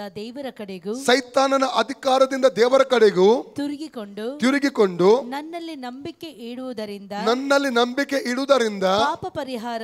ಪಾಪ ಪರಿಹಾರವನ್ನು ಪವಿತ್ರರಾದವರಲ್ಲಿ ಹಕ್ಕನ್ನು ಹೊಂದುವಂತೆ ಅವರ ಕಣ್ಣುಗಳನ್ನು ತೆರೆಯಬೇಕು. ಏನ್ ಮಾಡಬೇಕು? ಅವರ ಕಣ್ಣುಗಳನ್ನು ಎಲ್ಲರ ಕಣ್ಣು ತೆರೆಯಬೇಕು. ಎಲ್ಲರೆಡೆ ನಿನ್ನ ಪ್ರಾರ್ಥನೆ ಮತ್ತು ನಿನ್ನ ಸುವಾರ್ತೆ ಮುಚ್ಚಲ್ಪಟ್ಟ ಕಣ್ಣುಗಳನ್ನು ತೆರೆಯುವಂಥದ್ದಾಗಿದೆ. ಅಲ್ಲಲ್ಲಯ್ಯ, ಕುರುಡು ಮಾಡಿದ ಆತ್ಮಿಕ ಕಣ್ಣುಗಳನ್ನು ಕುರುಡು ಮಾಡಿದಿವಲ್ಲ, ಈ ದುರಾತ್ಮಗಳು ಬಿಟ್ಟು ಹೋಗ್ತದೆ. ಪ್ರಾರ್ಥಿಸುವಾಗ ಜನರು ರಿಲೀಸ್ ಆಗ್ತಾರೆ. ಸ್ವಾರ್ಥಗೆ ಅವರು ಏನು ಮಾಡ್ತಾರೆ? ಆಸೆ ಪಡ್ತಾರೆ. ಸ್ವಾರ್ಥಗೆ ಹೃದಯ ತೆರೀತಾರೆ. ಯಾವಾಗ ನಡೆದಿದ್ದು? ಪ್ರಾರ್ಥನೆಯ ಮೂಲಕ. ನಾವು ಪ್ರಾರ್ಥಿಸುವಾಗ ಈವನ್ ನಿಮ್ಮ ಸ್ನೇಹಿತರಿಗೂ ನಿಮ್ಮ ಕುಟುಂಬದವರಿಗೂ ನಿಮ್ಮ ನೆರೆಕರು ಸುವಾರ್ತೆ ಕೊಡಬೇಕಾದ್ರೆ ಮೊದಲು ಅವರಿಗೋಸ್ಕರ ಪ್ರಾರ್ಥಿಸಿ ಅವರ ಆತ್ಮ ಕಣ್ಣುಗಳನ್ನು ಮುಚ್ಚಿರುವಂಥ ದುರಾತ್ಮ ಶಕ್ತಿ ಅರೆಸ್ಟ್ ಮಾಡಿ ಅದು ಬಲ ಮುರಿದಾಕಿ ದೊಡ್ಡ ಕಾರ್ಯ ನೋಡ್ತೀರಿ ನೀವು. ಹೃದಯವು ತೆರೆಯಲ್ಪಡುತ್ತದೆ, ಕಣ್ಣುಗಳು ತೆರೆಯಲ್ಪಡುತ್ತದೆ. ಸುವಾರ್ತೆಗೆ ಅವರು ಒಳಗಾಗುತ್ತಾರೆ. ಸುವಾರ್ತೆಗೆ ಅವರು ಏನಾಗ್ತಾರೆ? ಹೃದಯ ತೆರೀತಾರೆ. ನಮ್ಮ ಬಲದಿಂದ ಸೇವೆ ಮಾಡಲಿಕ್ಕೆ ಆಗಲ್ಲ. ನಮ್ಮ ಸ್ವಂತ ಬುದ್ಧಿ ಜ್ಞಾನದಿಂದ ಸೇವೆ ಮಾಡಲಿಕ್ಕೆ ಆಗಲ್ಲ. ಮೋಶೆ ಏನು ಮಾಡಿದ? ತನ್ನ ಸ್ವಂತ ಶಕ್ತಿಯನ್ನು ಉಪಯೋಗಿಸಿದ. ಅವನಿಗೆ ಅಧಿಕಾರ ಬಲ ಇದೆ, ತೋಳ್ಬಲ ಇದೆ, ಜ್ಞಾನ ಇದೆ, ವಿದ್ಯೆ ಇದೆಲ್ಲ ಇದೆ. ಈ ಜನರಿಗೆ ನಾನು ಬಿಡುಗಡೆ ಮಾಡ್ತೀವಿ ತಿಳ್ಕೊಳ್ಳಲಿ ಎಂಬುದಾಗಿ ಯೋಚನೆ ಮಾಡ್ತಾ ಇದ್ದಾನೆ. ಓದಿ ವಾಕ್ಯ 11-14. ಅದೇ ವಿಮೋಚನೆಗಳು 2:11-14. ಎಕ್ಸೋಡಸ್ 2:11-14. ಮೋಶೆ ದೊಡ್ಡವನಾದ ಮೇಲೆ ಸ್ವಜನರ ಬಳಿಗೆ ಹೋಗಿ ಇವರ ಬೆಟ್ಟಿ ಕೆಲಸಗಳನ್ನು ನೋಡುತ್ತಿದ್ದನು. ಒಂದು ದಿವಸ ಅವನು ತನ್ನ ಜನರಾದ ಇಬ್ರಿಯರೊಳಗೆ ಒಬ್ಬನನ್ನು ಐಗುಪ್ತನೊಬ್ಬನು ಒಡೆಯುವುದನ್ನು ಕಂಡು ಮೋಶೆ ಅತ್ತಿತ್ತ ನೋಡಿ ಯಾರೂ ಇಲ್ಲವೆಂದು ತಿಳಿದು ಆ ಐಗುಪ್ತನನ್ನು ಒಡೆದು ಹಾಕಿ ಅವನ ಶವವನ್ನು ಮರಳಿನಲ್ಲಿ ಮುಚ್ಚಿಟ್ಟನು. ಮರುದಿವಸ ಅವನು ಹೊರಟು ಹೋಗಿ ನೋಡಿದಾಗ ಇಬ್ಬರು ಇಬ್ರಿಯರೇ ಜಗಳವಾಡುತ್ತಿದ್ದರು. ಅನ್ಯಾಯ ಮಾಡುತ್ತಿದ್ದವನಿಗೆ ಅವನು, ಏನಯ್ಯ, ನೀನು ಯಾಕೆ ಸ್ವಕುಲದವರನ್ನು ಹೊಡೆಯುತ್ತಿ ಎಂದು ಕೇಳಿದಾಗ ಆ ಮನುಷ್ಯನು, ನಿನ್ನನ್ನು ನಮ್ಮ ಮೇಲೆ ಅಧಿಕಾರಿಯನ್ನಾಗಿಯೂ ನ್ಯಾಯಾಧಿಪತಿಯನ್ನಾಗಿಯೂ ಇಟ್ಟವರು ಯಾರು? ಆ ಐಗುಪ್ತನನ್ನು ಕೊಂದು ಹಾಕಿದಂತೆ ನನ್ನನ್ನು ಕೊಂದು ಹಾಕಬೇಕೆಂದಿದ್ದೀಯೋ ಅಂದನು. ಈ ಮಾತನ್ನು ಕೇಳಿ ಮೋಶೆ, ಈ ಕಾರ್ಯವು ಬಯಲಿಗೆ ಬಂತಲ್ಲ ಅಂದುಕೊಂಡು ಅಂಜಿದನು. ನಡೆದ ಸಂಗತಿಯು ಫರೋಹನಿಗೆ ತಿಳಿದು ಬಂದಾಗ ಅವನು ಮೋಶೆಯನ್ನು ಕೊಲ್ಲಿಸಬೇಕೆಂದು ಆಲೋಚಿಸಿದ್ದರಿಂದ ಮೋಶೆ ಫರೋಹನ ಬಳಿಯಿಂದ ಓಡಿ ಹೋಗಿ ಮಿದ್ಯಾನ್ ದೇಶವನ್ನು ಸೇರಿದನು. ಆಮೆನ್. ಎಲ್ಲಿ ಓಡ್ತಾ ಇದ್ದಾನೆ ಅವನು? ಮಿದ್ಯಾನ್ ದೇಶಕ್ಕೆ. ಅಲ್ಲಿ ಓಡಿ ಹೋಗುವಂಥದ್ದನ್ನಲ್ಲಿ ಕಾಣ್ತಾ ಇದ್ದೇವೆ. ಭಯ. ಸ್ವಂತ ಶಕ್ತಿನ ನಾವು ಏನಾದರೂ ಮಾಡಲಿಕ್ಕೆ ನೋಡಿದ್ರೆ, ಎಸ್ಪೆಷಲಿ ಸೇವೆ, ಆತ್ಮಿಕ ಜೀವಿತ, ಇವೆಲ್ಲ ಸ್ವಂತ ಬಲದಿಂದ ನಾವು ಮಾಡುವಂಥ ಕಾರ್ಯಗಳಲ್ಲ. ಆತ್ಮಿಕ ಬಲ ಬೇಕು. ಅದಕ್ಕೇನು ಬೇಕು? ಪ್ರಾರ್ಥನೆ ವಾಕ್ಯ. ಎಲ್ಲರಿ ಪ್ರಾರ್ಥನೆ ವಾಕ್ಯ ಇದು ಜಯದ ಜೀವಿತಕ್ಕೆ ನಡೆಸುತ್ತದೆ. ಜಯದ ಸೇವೆಗೆ ಇದು ನಡೆಸುವಂಥದ್ದಾಗಿದೆ. ಹಲ್ಲೆಲೂಯಾ. ಎಷ್ಟೋ ಸೇವಕರು ಸೇವೆ ಮಾಡ್ತಾರೆ, ವಾಕ್ಯ ಓದ್ತಾರೆ, ಇಲ್ಲ ಓದ್ತಿಲ್ಲ. ವಿದೇಶಕ್ಕೆ ಹೋದ ಕೆಲವೊಂದು ಸೇವಕನ ಹೇಳಿದಂಥ ಮಾತು, ಇಂಟರ್ನೆಟ್ಟಲ್ಲಿ ಕೆಲವೊಂದು ಪ್ರಸಂಗಗಳು ಅವರಿಗೆ ರೆಡಿಯಾಗಿ ಸಿಗ್ತದೆ ಅಂತ, ಅದನ್ನೇ ತಗೊಂಡು ಡೌನ್ಲೋಡ್ ಮಾಡಿ ಅದನ್ನೇ ಹೋಗಿ ತಮ್ಮ ಸಭೆ ಕೊಡ್ತಾರೆ. ಆ ಪ್ರಸಂಗ ಅವರು ದೇವರ ಸಮ್ಮುಖದಲ್ಲಿ ಕುಳಿತು ದೇವರ ವಾಕ್ಯ ಓದಿ ಧ್ಯಾನಿಸಿ ಪವಿತ್ರಾತ್ಮನಿಂದ ವಚನ ಕೊಳ್ಳುವುದಿಲ್ಲ. ಯಾವಾಗ ನಾವು ಪ್ರಾರ್ಥನೆ ಮಾಡಿ ಪವಿತ್ರಾತ್ಮನಿಂದ ವಾಕ್ಯಗಳನ್ನು ತಗೊಂಡು ನಾವು ಪ್ರಾರ್ಥನೆಯೊಂದಿಗೆ ಯಾವಾಗ ನಾವು ಬರ್ತೇವೆ, ಅದು ಎಫೆಕ್ಟ್ ಆಗಿರ್ತದೆ. ಆ ಪ್ರಸಂಗಿಸುವಂಥ ವಾರ್ತೆಯಲ್ಲಿ ಕ್ರಿಯೆ ಮಾಡ್ತದೆ.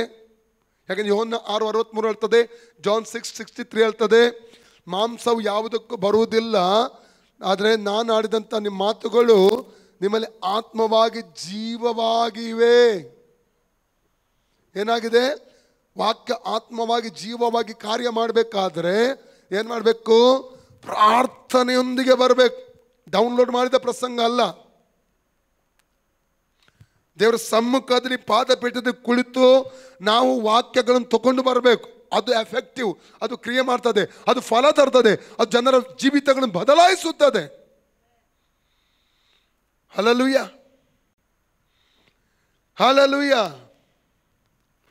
ಓರೆ ಬಕ ಶಕ ರಮನಕ ಸೊಕ್ಕು ತುರಿಬಾ. ಈಗ ಅವನು ಏನು ಮಾಡ್ತಾ ಇದ್ದಾನೆ? ಓಡಿ ಹೋಗ್ತಾ ಇದ್ದಾನೆ.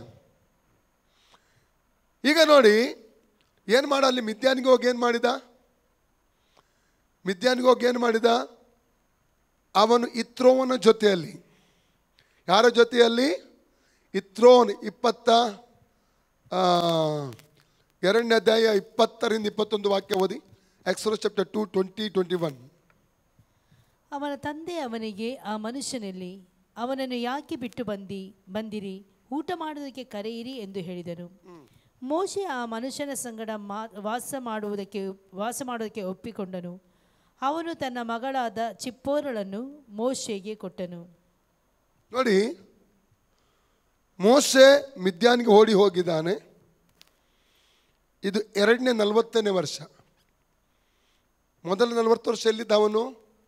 ಅರಮನೆಯಲ್ಲಿ ಬೆಳೆದ, ಸುಖವಾಗಿ ಬೆಳೆದ. ಈಗ ಮಿದ್ಯಾನ್ಗೆ ಬಂದು ಏನು ಮಾಡ್ತಾ ಇದ್ದಾನೆ? ಮಾವನ ಇತ್ರೋವನ ಕುರಿಗಳನ್ನು ಮೇಯಿಸ್ತೇವೆ. ಅದು 3ನೇ ಅಧ್ಯಾಯ 1ರಿಂದ ನಾವು ನೋಡ್ತೇವೆ. ಮತ್ತೆ ಏನು ಕೆಲಸ ಮಾಡ್ತಾ ಇದ್ದಾನೆ? ಕುರಿಗಳನ್ನು ಮೇಯಿಸುವಂಥ ಕೆಲಸ ಮಾಡ್ತಾ ಇದ್ದಾನೆ. ಎಲ್ಲಿಂದ ಎಲ್ಲಿಗೆ? ರಾಜಕುಮಾರ ಒಬ್ಬ ಐಶ್ವರ್ಯವಂತ ಆದರೂ ಆ ಸ್ಥಿತಿಗೆ ಬಂದರೆ ದೊಡ್ಡ ವಿಷಯವಲ್ಲ. ಒಬ್ಬ ರಾಜಕುಮಾರ ಅರಮನೆಯಲ್ಲಿ ಬೆಳೆದಂಥವನು. 100,000 ನೌಕರರು ಆತನ ಸುತ್ತಲಿದ್ದಾರೆ. ಕೂತ್ಕೊಂಡಲ್ಲಿ ಬೇಕಾದ ಸಿಗ್ತದೆ ಅವನಿಗೆ.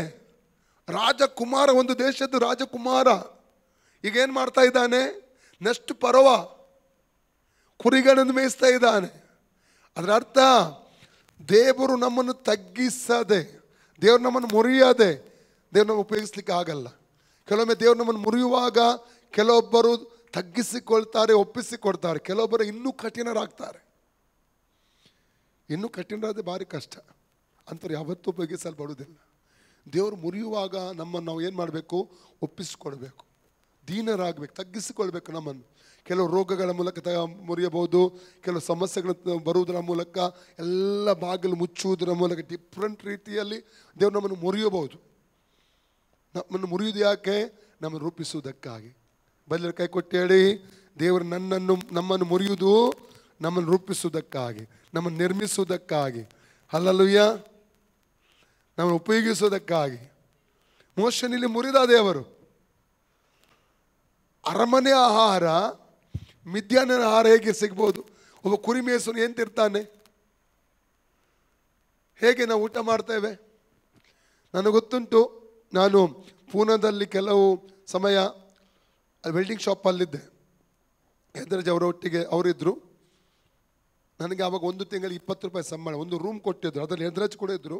ಇಷ್ಟೇ ಚಿಕ್ಕ, ನನಗೆ ಅದು ಅಂದಾಜು ನಾನು ನೋಡೋದಾದರೆ ಒಂದು 10x8 ಇರ್ಬೋದು. ಅದರಲ್ಲೇ ಒಂದು ಚಿಕ್ಕದು ಇದು ಮೋರಿ ಹಾಗೆ, ಅದರಲ್ಲೇ ಎಲ್ಲ ಸ್ನಾನ ಮಾಡೋದು, ಅದರಲ್ಲೇ ಪಾತ್ರೆ ತೊಳೆಯುವುದು ಎಲ್ಲ ಅದರಲ್ಲೇ. ನಾವೊಂದು 6-7 ಹುಡುಗರು, 6-7 ಹುಡುಗರಿಗೆ ಅದೇ ಒಂದು ರೂಮ್. ನಮಗೆ ಪ್ರತಿದಿನ ನಮಗೆ ಅನ್ನ ಮತ್ತು ದಾಳು, ಬೇಳೆ ಸಾರು, ಅನ್ನ ಮತ್ತು ಸಾರು, ಒಂದೇ ಆಹಾರ. ದಿನಾಲು ಒಂದೇ ಆಹಾರ. ಒಂದೇ ಆಹಾರ ದಿನಾಲು ತಿಂದರೆ ಒಬ್ಬ ವ್ಯಕ್ತಿ ಹೇಗೆ ಆಗ್ಬೋದು? ಅಟ್ಲೀಸ್ಟ್ ಅದಾದರೂ ಸ್ವಲ್ಪ ಒಳ್ಳೆ ಆಹಾರ ಇತ್ತು. ಮಿದ್ಯಾನಿನಲ್ಲಿ ಈ ವ್ಯಕ್ತಿ ಏನು ತಿಂತಾನೋ ಗೊತ್ತಿಲ್ಲ. ಕುರಿಗಳನ್ನು ಮೇಯಿಸುವಂಥ ಮೋಶೆ ಏನು ತಿಂತಾನೋ ಗೊತ್ತಿಲ್ಲ. ಅರಮನೆ ಎಲ್ಲಿ ಸುಖವಾಗಿ ಬೆಳೆದವನು. ಅಂಥ ಸ್ಥಿತಿಗೆ ದೇವರವನ್ನು ನಡೆಸುವುದನ್ನು ನಾವಲ್ಲಿ ಕಾಣ್ತೇವೆ ಪ್ರಿಯರೇ. ಹಲ್ಲೆಲೂಯಾ. ತಗ್ಗಿಸಿಕೊಳ್ಳದೆ, ದೀನರಾಗದೆ ದೇವರು ನಮ್ಮನ್ನು ಉಪಯೋಗಿಸಲಿಕ್ಕೆ ಆಗುವುದಿಲ್ಲ. ನಾವು ಅಹಂಕಾರ ಪಡಬಾರ್ದು. ಯಾವತ್ತೂ ನಮಗೆ ಒಂದು ವೇಳೆ ವರ ಕೊಟ್ಟರೆ, ಅಭಿಷೇಕ ಕೊಟ್ಟರೆ, ಸೇವೆ ಕೊಟ್ಟರೆ, ನಾವು ಇನ್ನೊಬ್ಬರನ್ನು ಹೋಲಿಸುವುದು, ಇನ್ನೊಬ್ಬರು ಕಂಪೇರ್ ಮಾಡಿಕೊಳ್ಳುವುದು, ನಾವು ಅಹಂಕಾರದಿಂದ ಮಾತಾಡುವಂಥದ್ದು, ಇನ್ನೊಬ್ಬರ ಕುರಿತಾಗಿ ಎನ್ಕರೇಜ್ ಮಾಡಲಿಕ್ಕೆ ಇಷ್ಟ ಇಲ್ಲ, ಇನ್ನೊಬ್ಬರಿಗೆ ಪ್ರೋತ್ಸಾಹ ಮಾಡಲಿಕ್ಕೆ ನಮಗೆ ಇಷ್ಟ ಇರುವುದಿಲ್ಲ, ಪ್ರೋತ್ಸಾಹ ಮಾಡಲ್ಲ. ಏನಾಗ್ತದೆ? ಇನ್ನೊಬ್ಬರಿಗೆ ಕುಗ್ಗಿಸಬಾರ್ದು. ಯಾವತ್ತೂ ನಾವು ಇನ್ನೊಬ್ಬರಿಗೆ ಪ್ರೋತ್ಸಾಹ ಮಾಡಬೇಕು. ಯಾವತ್ತೂ ಇನ್ನೊಬ್ಬರು ಮೇಲೆ ಕೆತ್ತಬೇಕು ನಾವು. ಎಸ್ ಬ್ರದರ್, ಎಸ್ ಸಿಸ್ಟರ್, ಹೌದು ಹೌದು, ಅವನು ಪ್ರೋತ್ಸಾಹಿಸಬೇಕು ನಾವು. ಇನ್ನೊಬ್ಬರು ನಮ್ಮ ಮಾತುಗಳಲ್ಲಿ ಇನ್ನೊಬ್ಬರು ಕುಗ್ಗಿ ಹೋಗುವುದಕ್ಕೆ ನಾವು ಅವಕಾಶ ಕೊಡಬಾರದು. ನಮ್ಮ ಮಾತು ಯಾವಾಗಲೂ ಇನ್ನೊಬ್ಬರು ಹಿಗ್ಗಿಸಬೇಕು, ಇನ್ನೊಬ್ಬರು ಮೇಲೆ ಕೆತ್ತುವಂಥದ್ದಾಗಿರಬೇಕು, ಇನ್ನೊಬ್ಬರನ್ನು ಪ್ರೋತ್ಸಾಹಿಸುವಂಥದ್ದಾಗಿರಬೇಕು. Hallelujah, hallelujah. ಕೆಲವೊಬ್ಬರ ಮಾತು ಹೇಗಿರ್ತದೆ ಗೊತ್ತುಂಟ? 5:16 ಓದಿ. ಯೋಬ ಜಾಬ್ 5:21.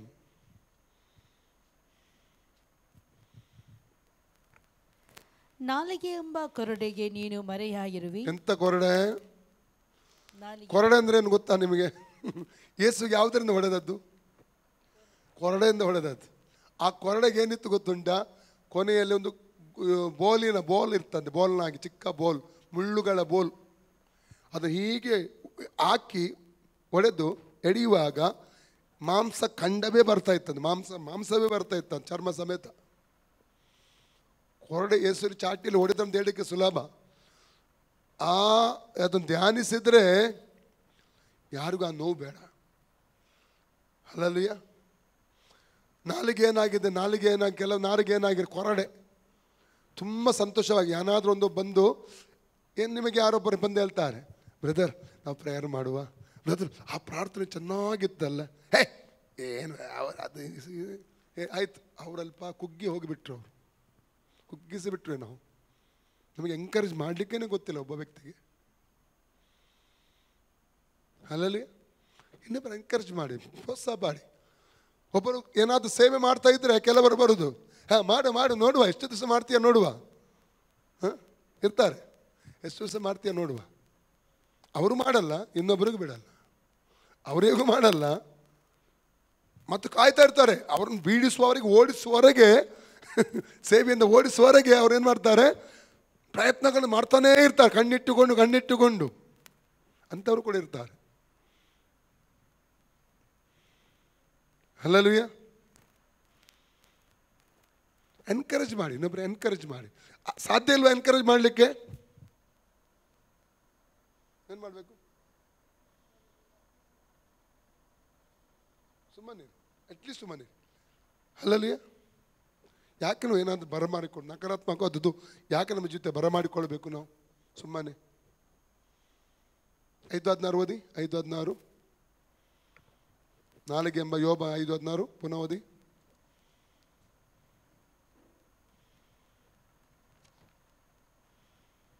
ಹೀಗೆ ಬಡವನಿಗೆ ಅಲ್ಲಲ್ಲ ಅಯ್ಯ ಸಾರಿ 5 21 ಓದಿ. ನಾಲಿಗೆ ಎಂಬ ಕೊರಡೆಗೆ ನೀನು ಮರೆಯಾಗಿರುವಿ, ವಿನಾಶ ಉಂಟಾದರೂ ನೀನು ಹೆದರುವುದಿಲ್ಲ. 14 ಕೂಡ ಓದಿ, ಅದೇ ಅಧ್ಯಾಯದಲ್ಲಿ 14-15.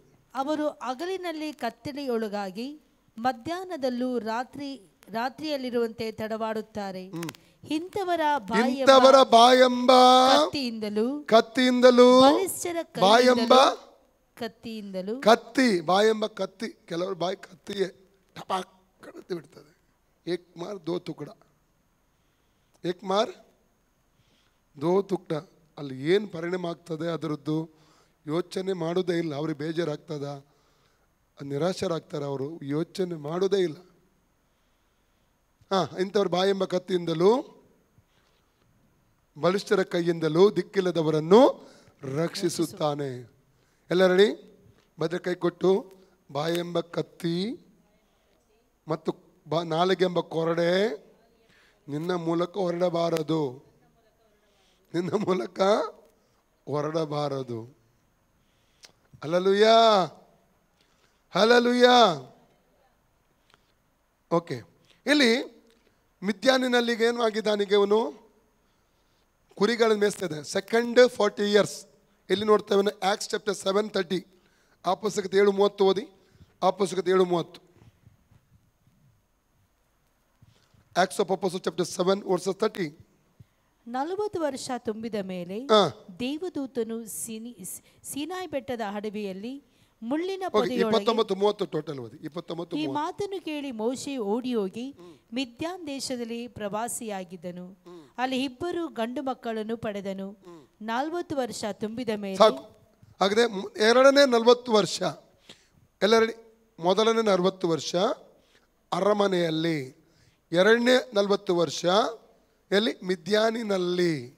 ಮಿದ್ಯಾನಿನಲ್ಲಿ ದೇವರು ಅವನಿಗೆ ತರಬೇತಿ ಕೊಡ್ತಾ ಇದ್ದಾನೆ ಉತ್ತಮ ಸೇವೆಗೋಸ್ಕರ.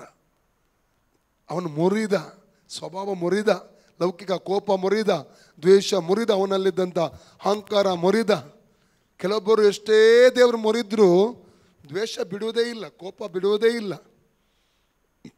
ಅಹಂಕಾರ ಬಿಡುವುದೇ ಇಲ್ಲ. ದೇವರಿಗೆ ಇಷ್ಟ ಇದೆ ಅಂತಾರೆ ಉಪಯೋಗ ಇಟ್ಲಿಕ್ಕೆ. ಅದು ಅವ್ರು ಬಿಟ್ಟು ಕೊಡದಿದ್ದರೆ ದೇವರು ಏನು ಮಾಡಲಿಕ್ಕೆ ಆಗಲ್ಲ. ಅರ್ಥ ಆಗ್ತಾ ಇದೆ? ಮಾತಾಡಿದ್ದೇ ಮಾತು, ಜೀವಿಸಿದ್ದೇ ಜೀವಿತ. ದೇವ್ರಿಗೇನು ಆಗಲ್ಲ. ನಿಮ್ಮನ್ನು ಉಪಯೋಗಿಸ್ಬೇಕಾ ದೇವರು? ನಿಮ್ಮ ಮೂಲಕ ಅನೇಕರಿಗೆ ಆಶೀರ್ವಾದ ಆಗಬೇಕಾ? ಬಿಟ್ಟುಕೊಡಿ, ತಗ್ಗಿಸಿಕೊಳ್ಳ್ರಿ. ಮಾತಾಡೋದು ಬಿಡಿ, ಇನ್ನೊಬ್ಬರ ಕುರಿತು ಮಾತಾಡೋದು ಬಿಡಿ. ಹಿಂದುಗಡೆ ಮಾತಾಡೋದು, ಗೇಲಿ ಮಾಡೋದು, ತಮಾಷೆ ಮಾಡೋದು, ಇನ್ನೊಬ್ಬರನ್ನು ಕೆಳಗೆ ಹಾಕಿ ಮಾತಾಡೋದು, ದೂಷಿಸುವಂಥದ್ದು. ಇದರ ಕಾರಣ ಕೆಲವು ಹೊಟ್ಟೆ ಕಿಚ್ಚಿನ ಆತ್ಮ ಇರ್ತದೆ ಕೆಲವೊಂದು ಒಳಗಡೆ. ಆ ಹೊಟ್ಟೆ ಕಿಚ್ಚಿನ ಆತ್ಮ ಈ ರೀತಿ ಮಾತಾಡಲಿಕ್ಕೆ ಪ್ರೇರೇಪಣೆ ಕೊಡೋದು. ಇವೆಲ್ಲ ಬಿಟ್ಟು ಬಿಡಬೇಕು. ನಾವು ದೇವರು ಕರೆದ ಉದ್ದೇಶಕ್ಕೆ ನಾವು ಒಪ್ಪಿಸಿಕೊಡಬೇಕು. ನಾವು ಖಂಡಿತವಾಗಿ ದೇವರು ನಮ್ಮನ್ನು ಉಪಯೋಗಿಸ್ತಾನೆ. 40 ದಿವಸ ಮಿದ್ಯಾನಿನಲ್ಲಿ ದೇವರು ಏನು ಮಾಡ್ತಾ ಇದ್ದಾನೆ? ಇವನನ್ನು ಮುರಿತಾ ಇದ್ದಾನೆ. ಬದಲು ಕೈ ಕೊಟ್ಟು ಹೇಳಿ, ನೀನು ಮುರಿಯಲ್ಪಡದೆ ಉಪಯೋಗಿಸಲ್ಪಡಲು ಆಗಲ್ಲ. ಪುನಃ ಹೇಳಿ, ನೀನು ಮುರಿಯಲ್ಪಡದೆ ಉಪಯೋಗಿಸಲ್ಪಡಲು ಆಗಲ್ಲ. ಪುನಃ ಹೇಳಿ, ನೀನು ಮುರಿಯಲ್ಪಡದೆ ಉಪಯೋಗಿಸಲ್ಪಡಲು ಆಗಲ್ಲ.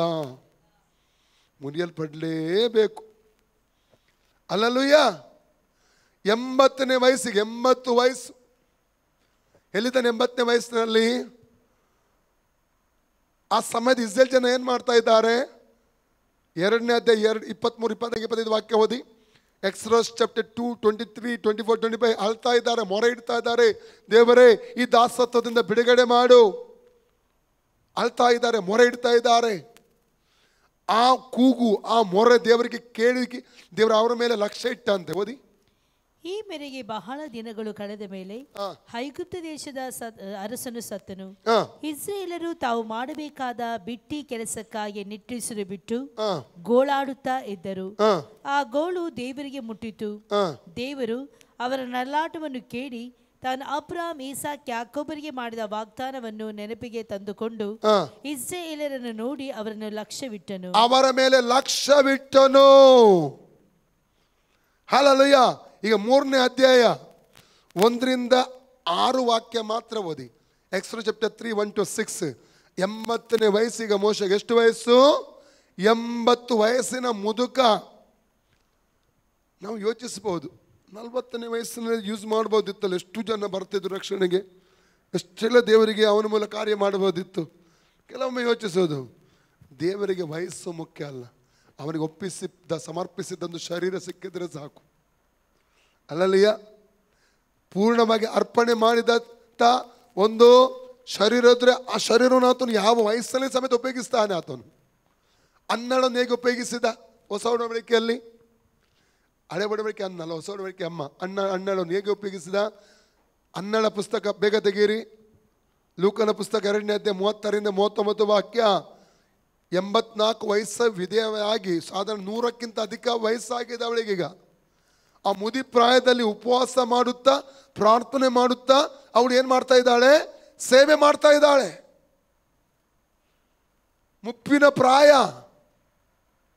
ನಿಮಗೆ ಶರೀರಕ್ಕೆ ವಯಸ್ಸಾದ್ರೆ ನೀವು ಭಾರ ಪಡಬೇಡ್ರಿ. ದೇವರಿಗೆ ವಯಸ್ಸು ಮುಖ್ಯ ಅಲ್ಲ, ಯಾವಾಗ ಬೇಕಾದರೂ ದೇವರು ಉಪಯೋಗಿಸ್ಲಿಕ್ಕೆ ಸಾಧ್ಯ. 80ನೇ ವಯಸ್ಸಿನಲ್ಲಿ ದೇವರು ಮಿದ್ಯಾನಿನ ಹೋರೆ ಬೆಟ್ಟದಲ್ಲಿ, ಯಾವ ಬೆಟ್ಟದಲ್ಲಿ? ಹೋರೆ ಬೆಟ್ಟದಲ್ಲಿ ಮೋಶೆಗೆ ಕಾಣಿಸಿಕೊಳ್ಳುವುದನ್ನು ನಾವು ಕಾಣ್ತಾ ಇದ್ದೇವೆ. 1ರಿಂದ 6 ವಾಕ್ಯ, 1 to 6. ಮೋಶೆ ತನ್ನ ಮಾವನಾಗಿರುವ ಮಿದ್ಯಾನರ ಆಚರಣೆಯಾದ ಇತ್ರೋನನ ಮಂದೆಯನ್ನು ಮೇಯಿಸುತ್ತಿರುವಾಗ ಆ ಮಂದೆಯನ್ನು ಕಾಡಿನ ಹಿಂಭಾಗಕ್ಕೆ ನಡೆಸಿಕೊಂಡು ಓರೇಬ್ ಎಂಬ ದೇವರ ಬೆಟ್ಟಕ್ಕೆ ಬಂದನು. ಅಲ್ಲಿ ಮುಳ್ಳಿನ ಪೊದೆಯೊಳಗೆ ಉರಿಯುವ ಬೆಂಕಿಯಲ್ಲಿ ಯೆಹೋವನ ದೂತನು ಅವನಿಗೆ ಕಾಣಿಸಿಕೊಂಡನು. ಹೇಗೆಂದರೆ ಅವನು ಒಂದು ಮುಳ್ಳಿನ ಪೊದೆಯನ್ನು ಕಂಡನು. ಆ ಪೊದೆಯು ಬೆಂಕಿಯಿಂದ ಉರಿಯುತ್ತಿದ್ದರೂ ಅದು ಸುಟ್ಟು ಹೋಗದೇ ಇತ್ತು.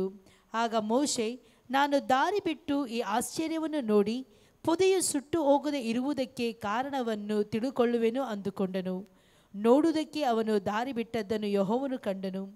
ದೇವರು ಆ ಪೊದೆಯೊಳಗಿಂದ ಮೋಶೆಯೇ, ಮೋಶೆಯೇ ಎಂದು ಕರೆದನು. ಅದಕ್ಕವನು, ಇಗೋ ಇದ್ದೇನೆ ಅಂದನು. ದೇವರು ಅವನಿಗೆ, ನೀನು ಹತ್ತಿರ ಬರಬೇಡ, ನಿನ್ನ ಕಾಲಿನ ಕೆರಗಳನ್ನು ತೆಗೆದುಹಾಕು, ನೀನು ನಿಂತಿರುವ ಸ್ಥಳವು ಪರಿಶುದ್ಧ ಭೂಮಿ ಎಂದು ಹೇಳಿದನು. ಅದಲ್ಲದೆ ಆತನು, ನಾನು ನಿನ್ನ ತಂದೆಯ ದೇವರು, ಅಬ್ರಾಮನ ದೇವರು, ಈಸಾಕನ ದೇವರು, ಯಾಕೋಬಿನ ದೇವರು ಅಂದಾಗ ಮೋಶೆ ದೇವರನ್ನು ನೋಡುವುದಕ್ಕೆ ಭಯಪಟ್ಟು ಮುಖವನ್ನು ಮುಚ್ಚಿಕೊಂಡನು. ಆಮೆನ್.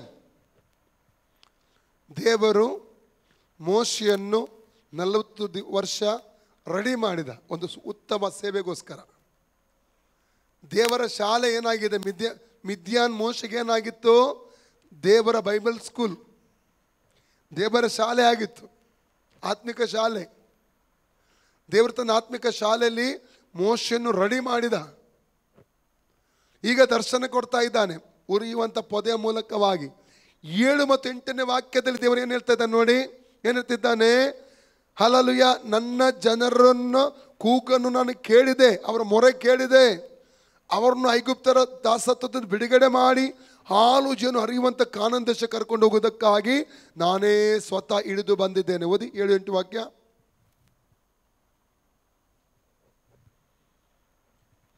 ಯೆಹೋವನು ಐಗುಪ್ತ ದೇಶದಲ್ಲಿರುವ ನನ್ನ ಜನರ ದುರಾವಸ್ಥೆಯನ್ನು ನೋಡಿದ್ದೇನೆ. ಬಿಟ್ಟಿ ಮಾಡಿಸುವವರ ವಿಷಯದಲ್ಲಿ ಅವರು ಇಟ್ಟ ಮೊರೆಯು ನನಗೆ ಕೇಳಿಸಿತು. ಅವರ ದುಃಖವನ್ನೆಲ್ಲ ನಾನು ಬಲ್ಲೆನು.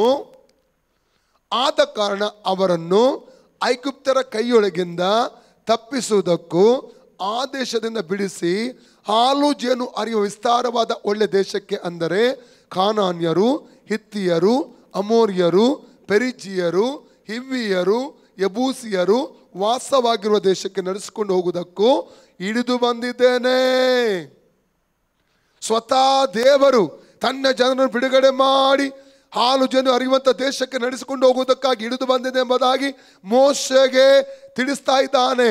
ಈಗ 9 ಮತ್ತು 10 ವಾಕ್ಯ. ಮೋಶೆಗೆ ಏನು ಹೇಳ್ತಾನೋ, ಮೋಶೆಗೆ ಕಾಲಿಂಗ್ ಸಿಗ್ತಾ ಉಂಟು, ಈಗ ಕರೆ ಸಿಗ್ತಾ ಉಂಟು. ಐಗುಪ್ತ ದೇಶದಿಂದ ದೇವಜನ ಬಿಡುಗಡೆ ಮಾಡಿ ಕಾನಾನ್ ದೇಶ ಕರ್ಕೊಂಡು ಹೋಗುವುದಕ್ಕೆ. ಓದಿ 9-10, 9-10. ಈಗ ಕೇಳು, ಇಸ್ರಾಯೇಲರ ಕೂಗು ನನಗೆ ಮುಟ್ಟಿತು, ಐಗುಪ್ತರು ಅವರಿಗೆ ಕೊಡುವ ಉಪದ್ರವವನ್ನು ನಾನು ನೋಡಿದ್ದೇನೆ.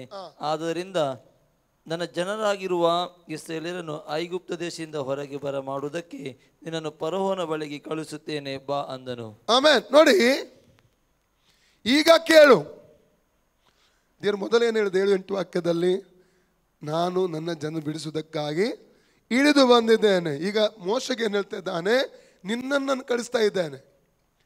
ಎಲ್ಲರೂ ಹೇಳಿ ನನ್ನ ಜೊತೆಯಲ್ಲಿ, ದೇವರಿಲ್ಲದೆ ನಾನು ಏನು ಮಾಡಲಿಕ್ಕೆ ಆಗಲ್ಲ. ನಾನಿಲ್ಲದೆ ದೇವರು ಏನು ಕೂಡ ಮಾಡಲಿಕ್ಕಾಗಲ್ಲ. ಪುನಃ ಹೇಳಿ, ದೇವರಿಲ್ಲದೆ ನಾನು ಏನು ಮಾಡಲಿಕ್ಕಾಗಲ್ಲ. ನಾನಿಲ್ಲದೆ ದೇವರು ಏನು ಮಾಡಲಿಕ್ಕಾಗಲ್ಲ.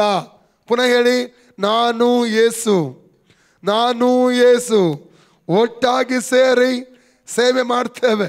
ನಾನು ಯೇಸು ಒಟ್ಟಾಗಿ ಸೇರಿ ಕೆಲಸ ಮಾಡ್ತೇವೆ. ನಿಮಗೆ ವಾಕ್ಯ ಗೊತ್ತಾ?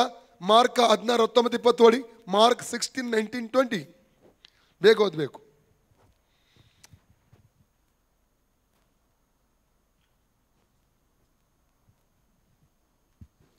ಯೇಸು ಸ್ವಾಮಿಯು ಅವರ ಕೂಡ ಮಾತಾಡಿದ ಮೇಲೆ, ಯೇಸು ಸ್ವಾಮಿಯು ಅವರ ಕೂಡ ಮಾತಾಡಿದ ಮೇಲೆ ಆಕಾಶಕ್ಕೆ ಒಯ್ಯಲ್ಪಟ್ಟು ದೇವರ ಬಲಗಡೆಯಲ್ಲಿ ಆಸನರೂಢನಾದನು. ಇತ್ತಲಾಗಿ ಅವರು ಹೊರಟು ಹೋಗಿ ಎಲ್ಲೆಲ್ಲಿಯೂ ಸುವಾರ್ತೆಯನ್ನು ಸಾರಿದರು ಮತ್ತು ಕರ್ತನು ಅವರ ಕೂಡ ಕೆಲಸ ಮಾಡಿ. ಕರ್ತನು ಅವರ ಕೂಡ ಕೆಲಸ ಮಾಡ್ತಾ ಇದ್ದ. ಕರ್ತನು ಅಪೊಸ್ತಲರ ಕೂಡ ಕೆಲಸ ಮಾಡ್ತಾ ಇದ್ದ. ಕರ್ತನು ಶಿಷ್ಯರ ಕೂಡ ಕೆಲಸ ಮಾಡ್ತಾ ಇದ್ದ. ಒಂದು ವಾಕ್ಯ ಓದಿ, 1 ಕೊರಿಂಥ 3:9, 1 ಕೊರಿಂಥ 3:9 ಬೇಗ ಬೇಗ ಓದಬೇಕು. ನಾವು ದೇವರ ಜೊತೆ ಕೆಲಸದವರು. ಎಲ್ಲರೂ ನಾವು ದೇವರ ಜೊತೆ ಕೆಲಸದವರು. 2 ಕೊರಿಂಥ 6:1 ಬನ್ನಿ. 2 ಕೊರಿಂಥ 6:1. ನಾವು ಆತನೊಂದಿಗೆ ಕೆಲಸ ನಡೆಸುವವರಾಗಿದ್ದು ನೀವು ಹೊಂದಿದ ದೇವರ ಕೃಪೆಯನ್ನು ವ್ಯರ್ಥ ಮಾಡಿ. ಎಲ್ಲರಲ್ಲಿ ನಾವು ಆತನೊಂದಿಗೆ, ಯೇಸುವಿನೊಂದಿಗೆ ಕೆಲಸ ನಡೆಸ್ತಾ ಇದ್ದೇವೆ. ಹಾಗಾದ್ರೆ ಈ ಸೇವೆಯಲ್ಲಿ ದೇವರು ನಮ್ಮೊಂದಿಗೆ ಕೆಲಸ ಮಾಡ್ತಾ ಇದ್ದಾನೆ. ಹಲ್ಲೆಲೂಯ. ಈ ಸೇವೆಯಲ್ಲಿ ಯೇಸು ಸ್ವಾಮಿ ನಮ್ಮೊಂದಿಗೆ ಕೆಲಸ ಮಾಡ್ತಾ ಇದ್ದಾನೆ. ನಾವು ಮಾತ್ರ ಅಲ್ಲ. ಹಾಗೆ ವಿಮೋಚನಕಾಂಡ 3:7-8 ದೇವರು ಹೇಳ್ತಾನೆ, ನನ್ನ ಜನ ಬಿಡಿಸುವುದಕ್ಕೆ ನಾನು ಬಂದಿದ್ದೇನೆ ಹಿಡಿದು, ಅದು 9:10 ನಿನ್ನನ್ನು ಕಳಿಸ್ತೇನೆ ಅಂತ ದೇವರು ಹೇಳ್ತಿದ್ದಾನೆ. ಅದರ ಅರ್ಥ ಏನು? ತಂದೆಯಾದ ದೇವರು ಮೋಶೆ ಒಟ್ಟಿಗೆ ಕೆಲಸ ಮಾಡಲಿಕ್ಕೆ ಹೋಗ್ತಾ ಇದ್ದಾರೆ. ಹಲ್ಲೆಲೂಯಾ. ತಂದೆಯಾದ ದೇವರು ಮೋಶೆ ಈ ಬಿಡುಗಡೆ ಸೇವೆ ಒಟ್ಟಿಗೆ ಮಾಡಲಿಕ್ಕೆ ಹೋಗ್ತಾ ಇದ್ದಾರೆ. ಇವತ್ತು ನಾವು ಮತ್ತು ಯೇಸು ಕ್ರಿಸ್ತನು ಒಟ್ಟಿಗೆ ಕೆಲಸ ಮಾಡ್ತಾ ಇದ್ದೇವೆ, ಒಟ್ಟಿಗೆ ಸೇವೆ ಮಾಡ್ತಾ ಇದ್ದೇವೆ. ಹಲ್ಲೆಲೂಯಾ. ಮೋಶೆ 5 ಬಾರಿ ಹೇಳ್ತಾ ಇದ್ದಾನೆ, ನೆವ ಕೊಟ್ಟು ಆಗಲ್ಲ ಆಗಲ್ಲ. 11ನೇ ವಾಕ್ಯದಲ್ಲಿ ಏನು ಹೇಳ್ತಾನೆ? ವಿಮೋಚನೆ 3:11 ನಾನು ಎಷ್ಟರವನು ಯೋಗ್ಯತೆ, ಇದು ಎಕ್ಸ್ಪ್ಲೇನ್ ಮಾಡ್ಲಿಕ್ಕೆ ಹೋಗುದಿಲ್ಲ ನಾನು. 11ನೇ ವಾಕ್ಯದ ಅವನೇನು ಹೇಳ್ತಿದ್ದಾನೆ? ನಾನು ಎಷ್ಟರವನು, ನನ್ನ ಅವನು ತನ್ನ ಯೋಗ್ಯತೆ ಬಗ್ಗೆ ಯೋಚನೆ ಮಾಡ್ತಾ ಇದ್ದಾನೆ. 12ನೇ ವಾಕ್ಯ ನಾನು ನಿನ್ನ ಜೊತೆ ಇರ್ತೇನೆ ಅಂತ ದೇವರು ವಾಗ್ದಾನ ಮಾಡಿದ. 11ನೇ ವಾಕ್ಯದಲ್ಲಿ ನಿನ್ನ ಹೆಸರನ್ನು ಏನು ಅಂತ ಕೇಳಿದ್ರೆ ಅವರು ಏನು ಮಾಡೋದು? 14ನೇ ವಾಕ್ಯದಲ್ಲಿ ಅವನು ದೇವರೇನು ಹೇಳ್ತಾನೆ? ಇರುವಾತ ನಿನ್ನ ಕಳಿಸಿದ ಅಂತ ಹೇಳು. 3ನೇದಾಗಿ ನೇವ ಎಲ್ಲಿ ಕೊಡ್ತಾನೆ? 4ನೇ ಅಧ್ಯಾಯದ 1ನೇ ವಾಕ್ಯದಲ್ಲಿ ಅವರು ನಿನ್ನ ನಂಬದಿದ್ದಾರೆ. 4ನೇ ಅಧ್ಯಾಯ 2-9ನೇ ವಾಕ್ಯದಲ್ಲಿ ದೇವರು 2 ಅದ್ಭುತ ಮಾಡಿದೆ. ಒಂದು, ನಿನ್ನ ಕೋಲನ್ನು ಕೆಳಗೆ ಹಾಕು, ಅದು ಹಾವಾಯಿತು. ಬಾಲ ಹಿಡಿದಾಗ ಏನಾಯಿತು? ಪುನಃ ಕೋಲಿದ್ದ ಹಾವು ಇದ್ದದ್ದು ಕೋಲಾಯಿತು. ನಿನ್ನ ಕೈಯನ್ನು ಕಿಸೆಯಲ್ಲಿ ಹಾಕು, ಉಡಿಯಲ್ಲಿ ಹಾಕಿ ತೆಗೆದಾಗ ಹಿಮವಾಯಿತು. 2 ಅದ್ಭುತ ದೇವರು ತೋರಿಸಿ ದೇವರು ಹೇಳಿದ, ಈ ಕೋಲಿನ ಮೂಲಕ ನೀನೇನು ಮಾಡ್ಲಿಕ್ಕೆ ಹೋಗ್ತಿ? ಈಗ ಅದ್ಭುತ ಮಾಡ್ಲಿಕ್ಕೆ ಹೋಗ್ತಿ. ಆದರೂ ಸ್ಯಾಟಿಸ್ಫ್ಯಾಕ್ಷನ್ ಇಲ್ಲ ಅವನಿಗೆ. 4ನೇದಾಗಿ ನೆವ ಕೊಡುವುದೇನು?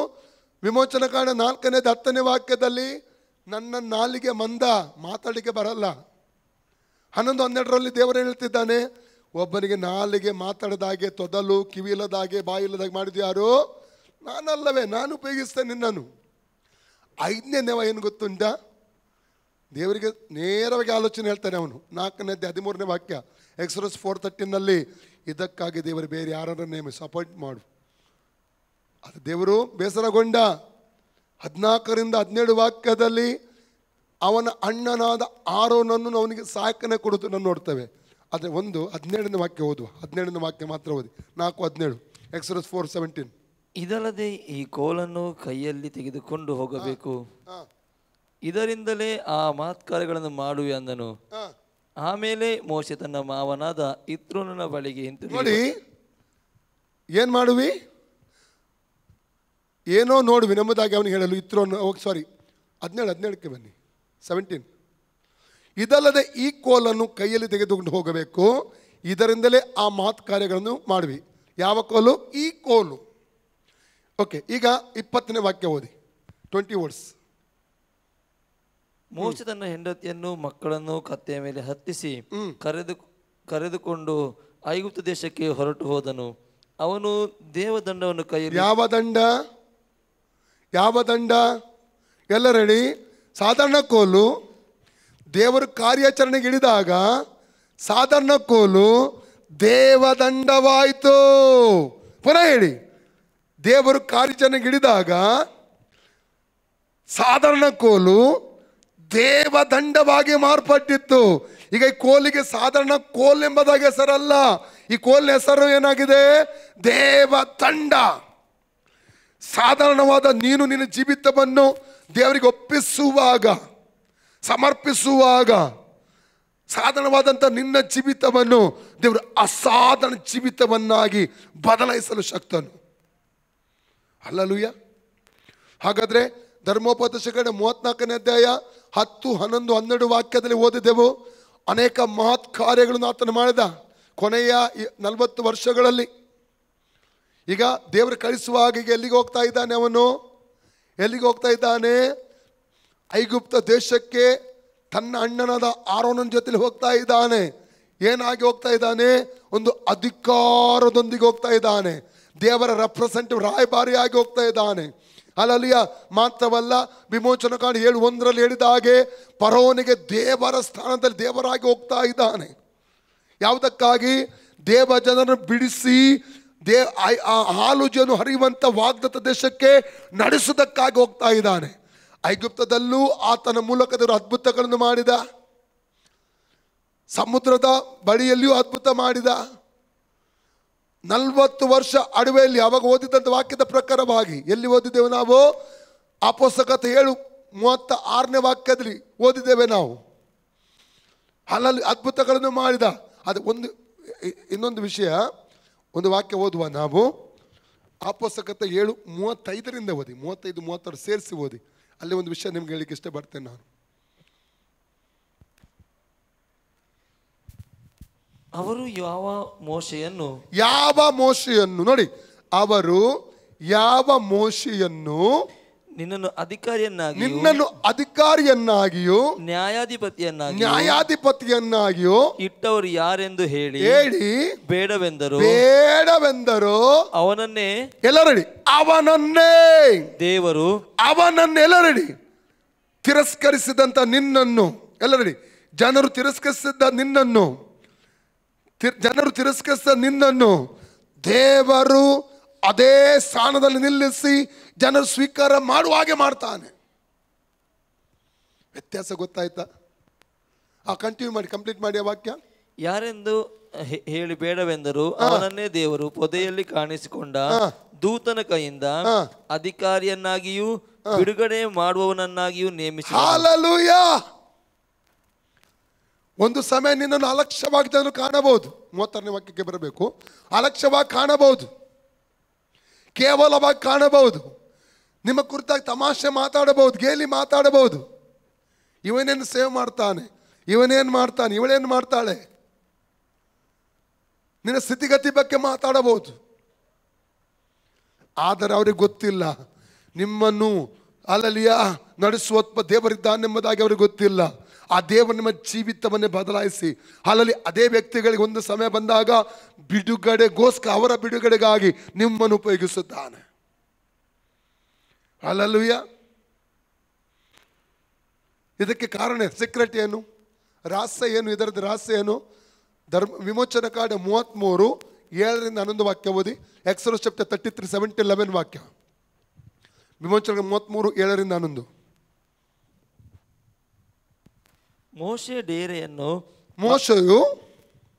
ಡೇರೆಯನ್ನು ಪಾಳೆಯದ ಹೊರಗೆ ದೂರವಾಗಿ ಹಾಕಿಸುತ್ತಿದ್ದನು. ಅದಕ್ಕೆ ದೇವದರ್ಶನದ ಡೇರೆ ಎಂದು ಹೆಸರಿಟ್ಟನು. ಯೆಹೋವನ ಉತ್ತರವನ್ನು ಬಯಸಿದವರೆಲ್ಲರೂ ಪಾಳೆಯದ ಹೊರಗಿದ್ದ ದೇವದರ್ಶನದ ಡೇರೆಗೆ ಹೋಗುತ್ತಿದ್ದರು. ಮೋಶೆ ಆ ಡೇರೆಗೆ ಹೋಗುವಾಗಲ್ಲ ಜನರೆಲ್ಲರೂ ಎದ್ದು ತಮ್ಮ ತಮ್ಮ ಡೇರೆಗಳ ಬಾಗಿಲಲ್ಲಿ ನಿಂತು ಮೋಶೆಯು ಆ ಡೇರೊಳಕ್ಕೆ ಹೋಗುವ ತನಕ ಅವನ ಹಿಂದೆ ನೋಡುತ್ತಿದ್ದರು. ಮೋಶೆ ಆ ಡೇರೊಳಕ್ಕೆ ಹೋದ ಕೂಡಲೇ ಮೇಘಸ್ತಂಭವು ಇಳಿದು ಆ ಡೇರೆಯ ಬಾಗಿಲಲ್ಲಿ ನಿಲ್ಲುತ್ತಿತ್ತು. ಆಗ ಯೆಹೋವನು ಮೋಶೆ ಸಂಗಡ ಮಾತಾಡುವನು.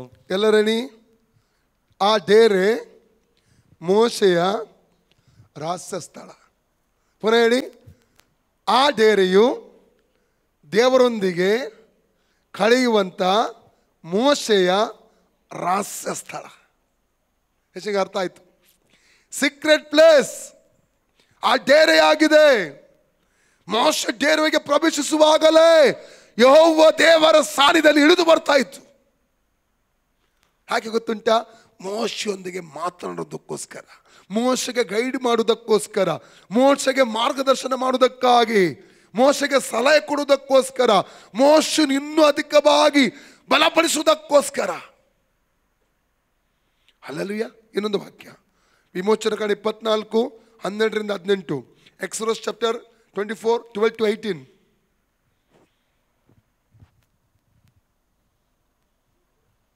ಯೆಹೋವನು ಮೋಶೆಗೆ, ನೀನು ಬೆಟ್ಟವನ್ನು ಹತ್ತಿ ಬಂದು ನನ್ನ ಹತ್ತಿರದಲ್ಲೇ ಇರು.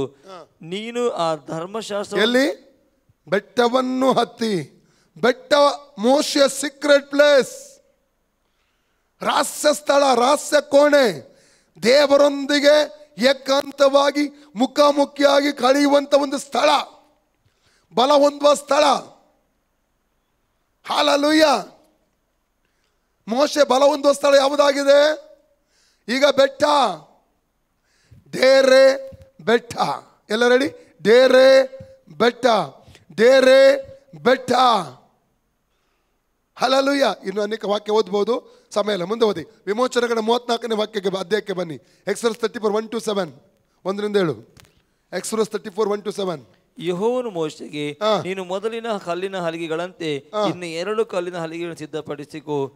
ನೀನು ಒಡೆದು ಬಿಟ್ಟ ಆ ಮೊದಲನೇ ಹಲಿಗೆಗಳ ಮೇಲಿದ್ದ ವಾಕ್ಯಗಳನ್ನು ನಾನು ಈ ಹಲಿಗೆಗಳ ಮೇಲೆ ಬರೆಯುವೆನು.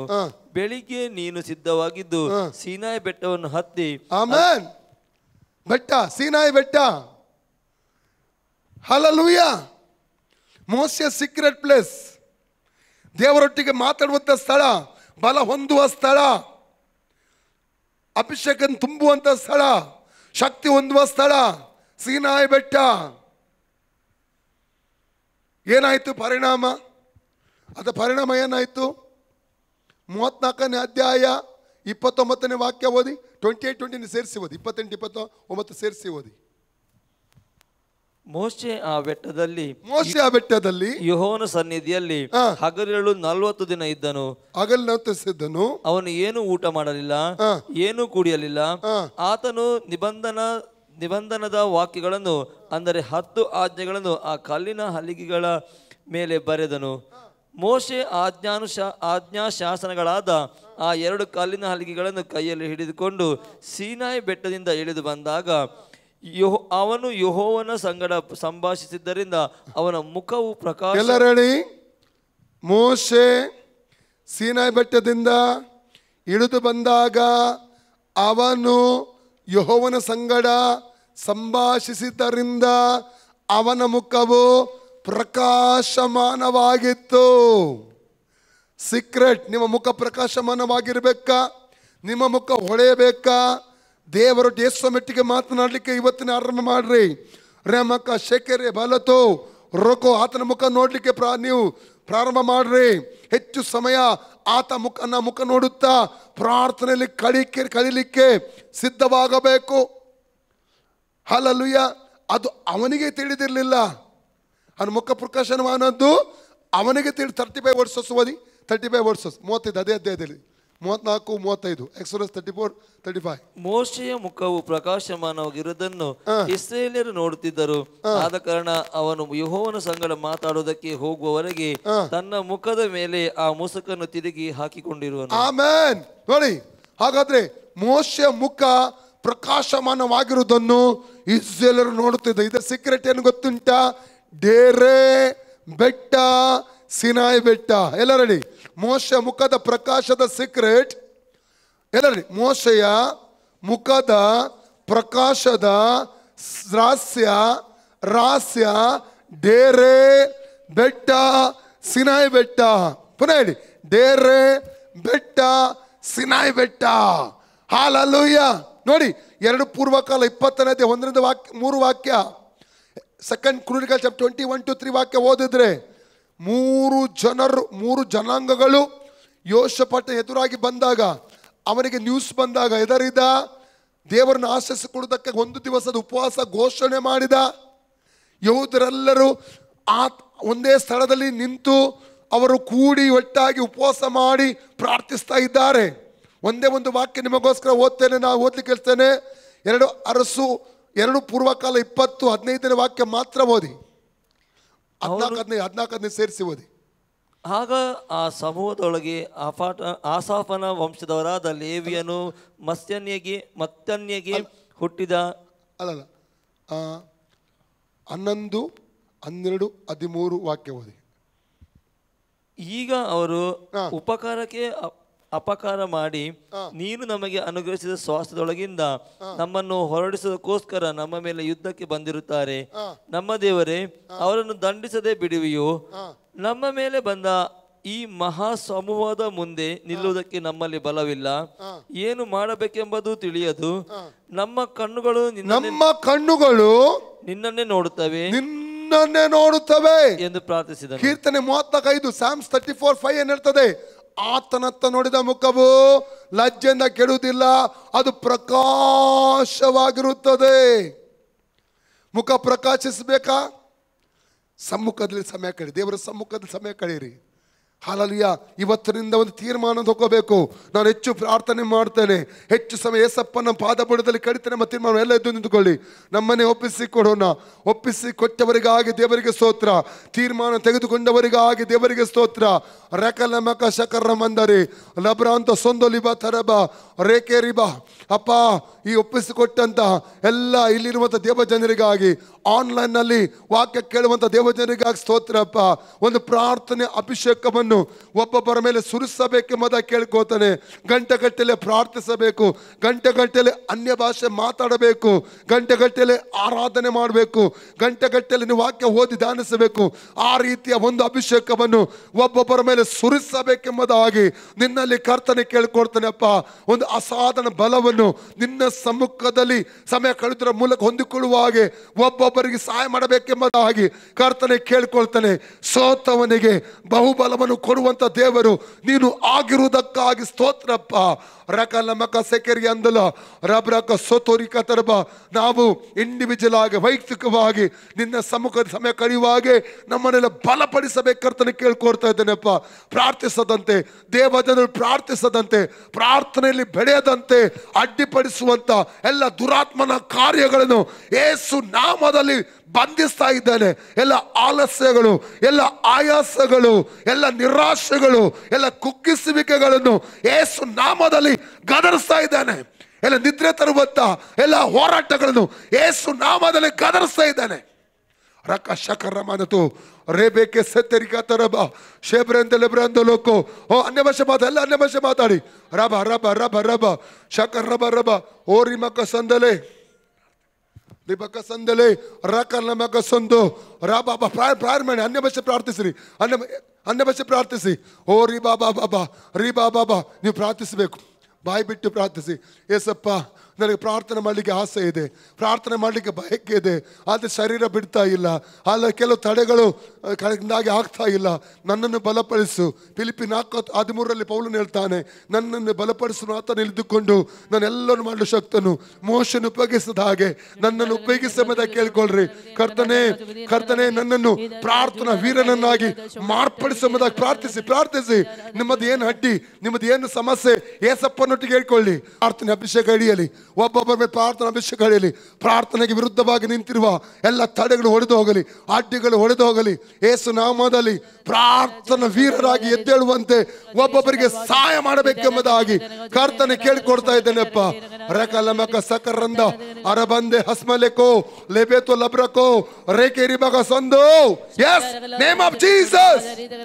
ಎಲ್ಲ ಅಂಧಕಾರ ಮಂಡಲಗಳನ್ನು, ಪ್ರಾರ್ಥನೆ ವಿರುದ್ಧವಾಗಿ ನಿಂತಿರುವ ಅಂಧಕಾರ ಮಂಡಲಗಳನ್ನು ಯೇಸುವನ್ನು ಹೊಡೆದಾಗ್ತಾ ಇದ್ದಾನೆ.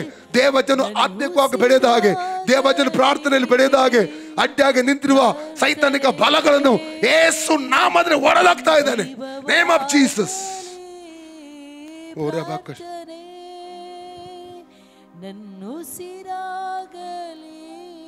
ಸಿಸ್ಟರ್ ಆರಾಧಿಸುವಾಗ ನೀವು ದೇವರೊಟ್ಟಿಗೆ ಮೌನವಾಗಿ ಪ್ರಾರ್ಥಿಸ್ರಿ, ಮಾತನಾಡ್ರಿ. ನಿಮ್ಮ ಕಣ್ಣೀರು ವ್ಯರ್ಥವಾಗಿ ಹೋಗುದಿಲ್ಲ, ನೀವು ಮಾಡು ಪ್ರಾರ್ಥನೆ ವ್ಯರ್ಥವಾಗಿ ಹೋಗುದಿಲ್ಲ. ಹೃದಯದಲ್ಲಿ ಬಯಸಿರಿ, ಬಯಕೆ ಬೇಕು, ದಾಹ ಬೇಕು.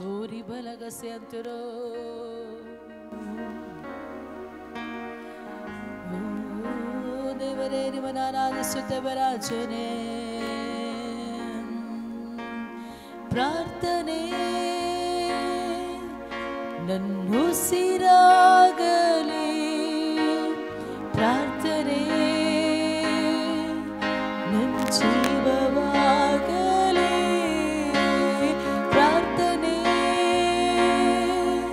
ನನ್ನುಸಿರಾಗಲಿ, ಪ್ರಾರ್ಥನೆ ನನ್ನ ಜೀವವಾಗಲಿ. ಪ್ರಾರ್ಥಿಸಲು ನಾನಿರುವೆನು, ನನ್ನನ್ನು ನೀನಿಲ್ಲಿಸಯ್ಯ. ಪ್ರಾರ್ಥಿಸಲು ನಾನಿರುವೆನು, ನನ್ನನ್ನು ನೀನಿಲ್ಲಿಸಯ್ಯ. ಪ್ರಾರ್ಥನೆ ನನ್ನ ಉಸಿರಾಗಲಿ, ಪ್ರಾರ್ಥನೆ ಜೀವವಾಗಲಿ ಪ್ರಾರ್ಥನೆ, ನನ್ನ ಉಸಿರಾಗಲಿ ಪ್ರಾರ್ಥನೆ, ನನ್ನ ಜೀವವಾಗಲಿ. ರಾತ್ರಿಯ ಒಂದೊಂದು ಜಾವದಲ್ಲಿ ಕರಗಳ ಎತ್ತಿನ ಪ್ರಾರ್ಥಿಸುವೆ. ರಾತ್ರಿಯ ಒಂದೊಂದು ಜಾವದಲ್ಲಿ ನನ್ನ ಕರಗಳ ಎತ್ತಿ ಪ್ರಾರ್ಥಿಸುವೆ. ಹಸಿವೆಯಿಂದ ನರಳುವ ಜನರ ರಕ್ಷಿಸು ಕನ್ಯೇಸಯ್ಯ. ಹಸಿವೆಯಿಂದ ನರಳುವ ಜನರ ರಕ್ಷಿಸು ಕನ್ಯೇಸಯ್ಯ. ಪ್ರಾರ್ಥನೆ, ನನ್ನ ಉಸಿರಾಗಲಿ ಪ್ರಾರ್ಥನೆ, ನನ್ನ ಜೀವವಾಗಲಿ ಪ್ರಾರ್ಥನೆ, ನನ್ನ ಉಸಿರಾಗಲಿ ಪ್ರಾರ್ಥನೆ, ನನ್ನ ಜೀವವಾಗಲಿ. ಪೀಡೆಯು ಏರಳವು ಬೆಳೆಯ ಯಜಮಾನನ ಬೇಡುವೆವು. ಬೆಳೆಯು ಏರಳವು ಬೆಳೆಯ ಯಜಮಾನನ ಬೇಡುವೆವು. ಕೆಲಸದವರ ಏಸಯ್ಯ, ನಿನ್ನಯ ರಾಜ್ಯವ ಕಟ್ಟಲೆಂದು ನನ್ನನ್ನು ಎಬ್ಬಿಸಯ್ಯ. ನಿನ್ನಯ ರಾಜ್ಯವ ಕಟ್ಟಲೆಂದು ಪ್ರಾರ್ಥನೆ,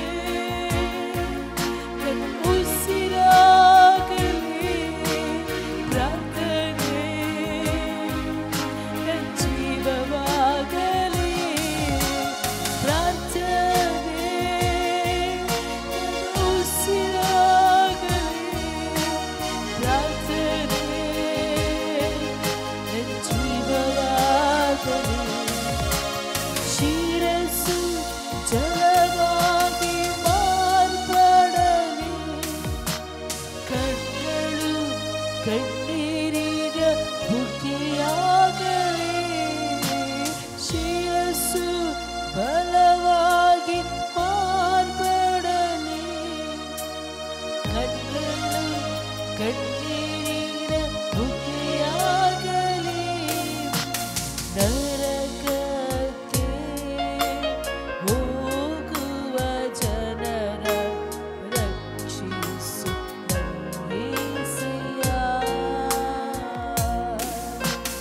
ನರಕಕ್ಕೆ ಹೋಗುವ ಜನರ ರಕ್ಷಿಸು ಕನ್ಯೇಸಯ್ಯ.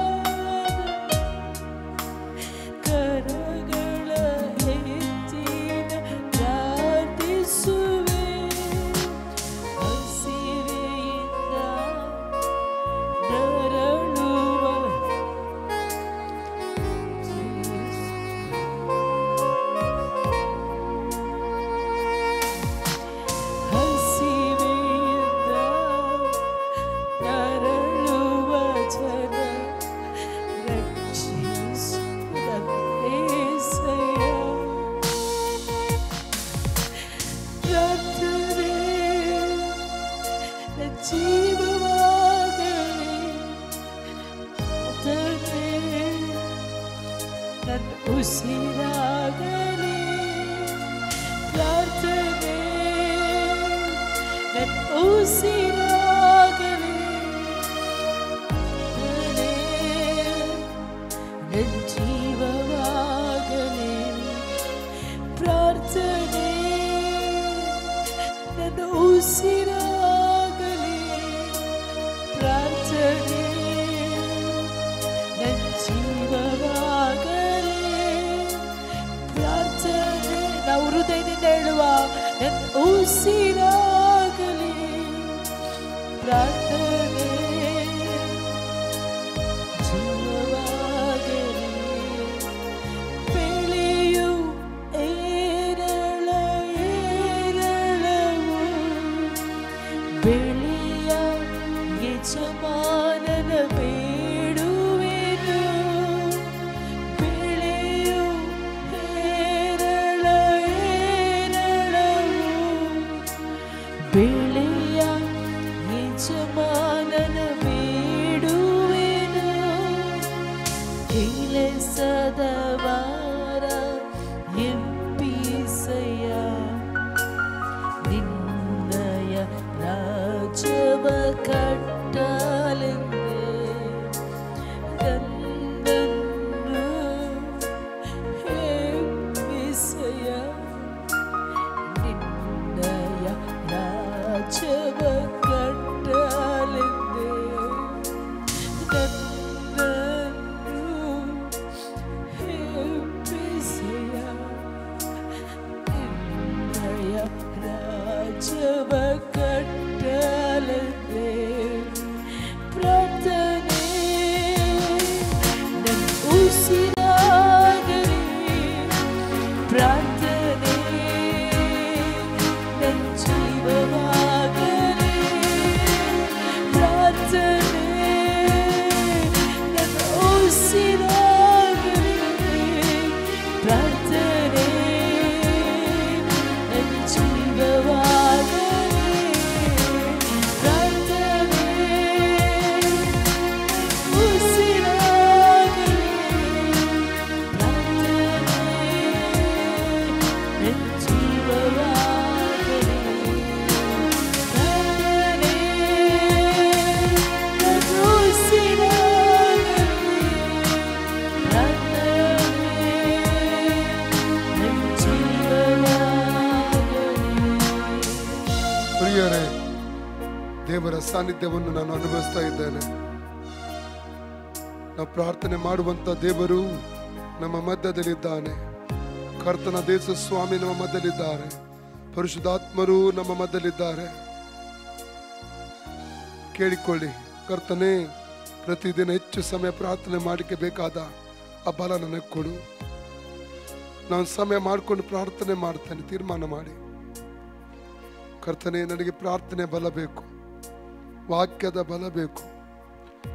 ಇವತ್ತಿನಿಂದ ಹೆಚ್ಚು ಸಮಯ ಪ್ರಾರ್ಥನೆಯಲ್ಲಿಯೂ ನಿನ್ನ ವಾಕ್ಯದ ಧ್ಯಾನದಲ್ಲಿ ಕಡಿತೇನೆ ಎಂಬುದು ಒಪ್ಪಿಸಿಕೊಡ್ರಿ.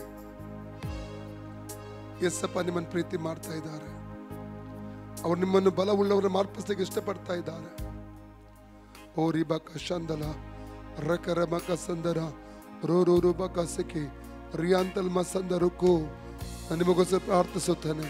ಪ್ರೀತಿ ಸ್ವರೂಪನಾದ ನಮ್ಮ ಪರಲೋಕ ತಂದೆ, ಯೇಸುವಿನ ನಾಮದಲ್ಲಿ ಪವಿತ್ರಾತ್ಮನ ಸಹಾಯದೊಂದಿಗೆ ಕರ್ತ ನಿನ್ನ ಪಾದಪೀಠಕ್ಕೆ ಬಂದಿದ್ದಾನೆ. ಇಲ್ಲಿ ಕೂಡಿ ಬಂದಂತ ಹಾಗೂ ಆನ್ಲೈನ್ ಅಲ್ಲಿ ವೀಕ್ಷಿಸುವಂತ ಎಲ್ಲ ದೇವಜನರಿಗಾಗಿ ಸ್ತೋತ್ರ ಅಪ್ಪ. ಅವರು ದಾಹಗೊಂಡಿದ್ದಾರೆ, ಅವರು ಬಯಸ್ತಾ ಇದ್ದಾರೆ ಹೆಚ್ಚು ಸಮಯ ಯೇಸಪ್ಪನ ಪಾದಪೀಠದಲ್ಲಿ ಕಳೆಯಬೇಕೆಂಬುದಾಗಿ.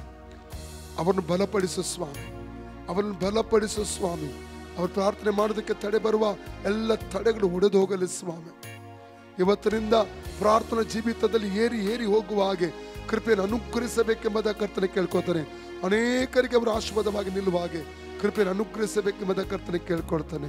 ತಂದೆ ಮಗ ಪವಿತ್ರಾತ್ಮನ ಸರಳಿ ಪ್ರತಿಯೊಬ್ಬನ ಅನುಗ್ರಹಿಸುತ್ತಾನೆ ಸ್ವಾಮಿ. ಯೇಸುವಿನ ಸರಳಿ ತಂದೆ, ಆಮೆನ್. ತಂದೆದವರ ಪ್ರೀತಿ, ಕರ್ತನೆ ಯೇಸುಕ್ರಿಸ್ತನ ಕೃಪೆ, ಪವಿತ್ರಾತ್ಮನ ಐಕ್ಯತೆ, ಅನ್ಯೋನ್ಯತೆ, ಪರಿಪಾಲನೆ ಇಂದಿಗೂ ಎಂದಿಗೂ ಸದಾಕಾಲ ನಮ್ಮೆಲ್ಲರ ಜೊತೆಲಿರಲಿ. ಯೇಸು ರಕ್ತಕ್ಕೆ ಜಯ. ಜಯ ಕೊಟ್ಟ ದೇವರಿಗೆ ಅಲ್ಲೇಲುಯ. ಯೇಸು ರಕ್ತದಡಿ ನಾನಿರುವೆ, ಯೇಸು ರಕ್ತದಡಿ ನಾನಿರುವೆ, ಯೇಸು ರಕ್ತದಡಿ ನಾನಿರುವೆ, ನನಗೆ ಯಾವಾಗಲೂ ಜಯ ಜಯವೇ, ನನಗೆ ಕ್ರಿಸ್ತನಲ್ಲಿ ಜಯ ಜಯವೇ.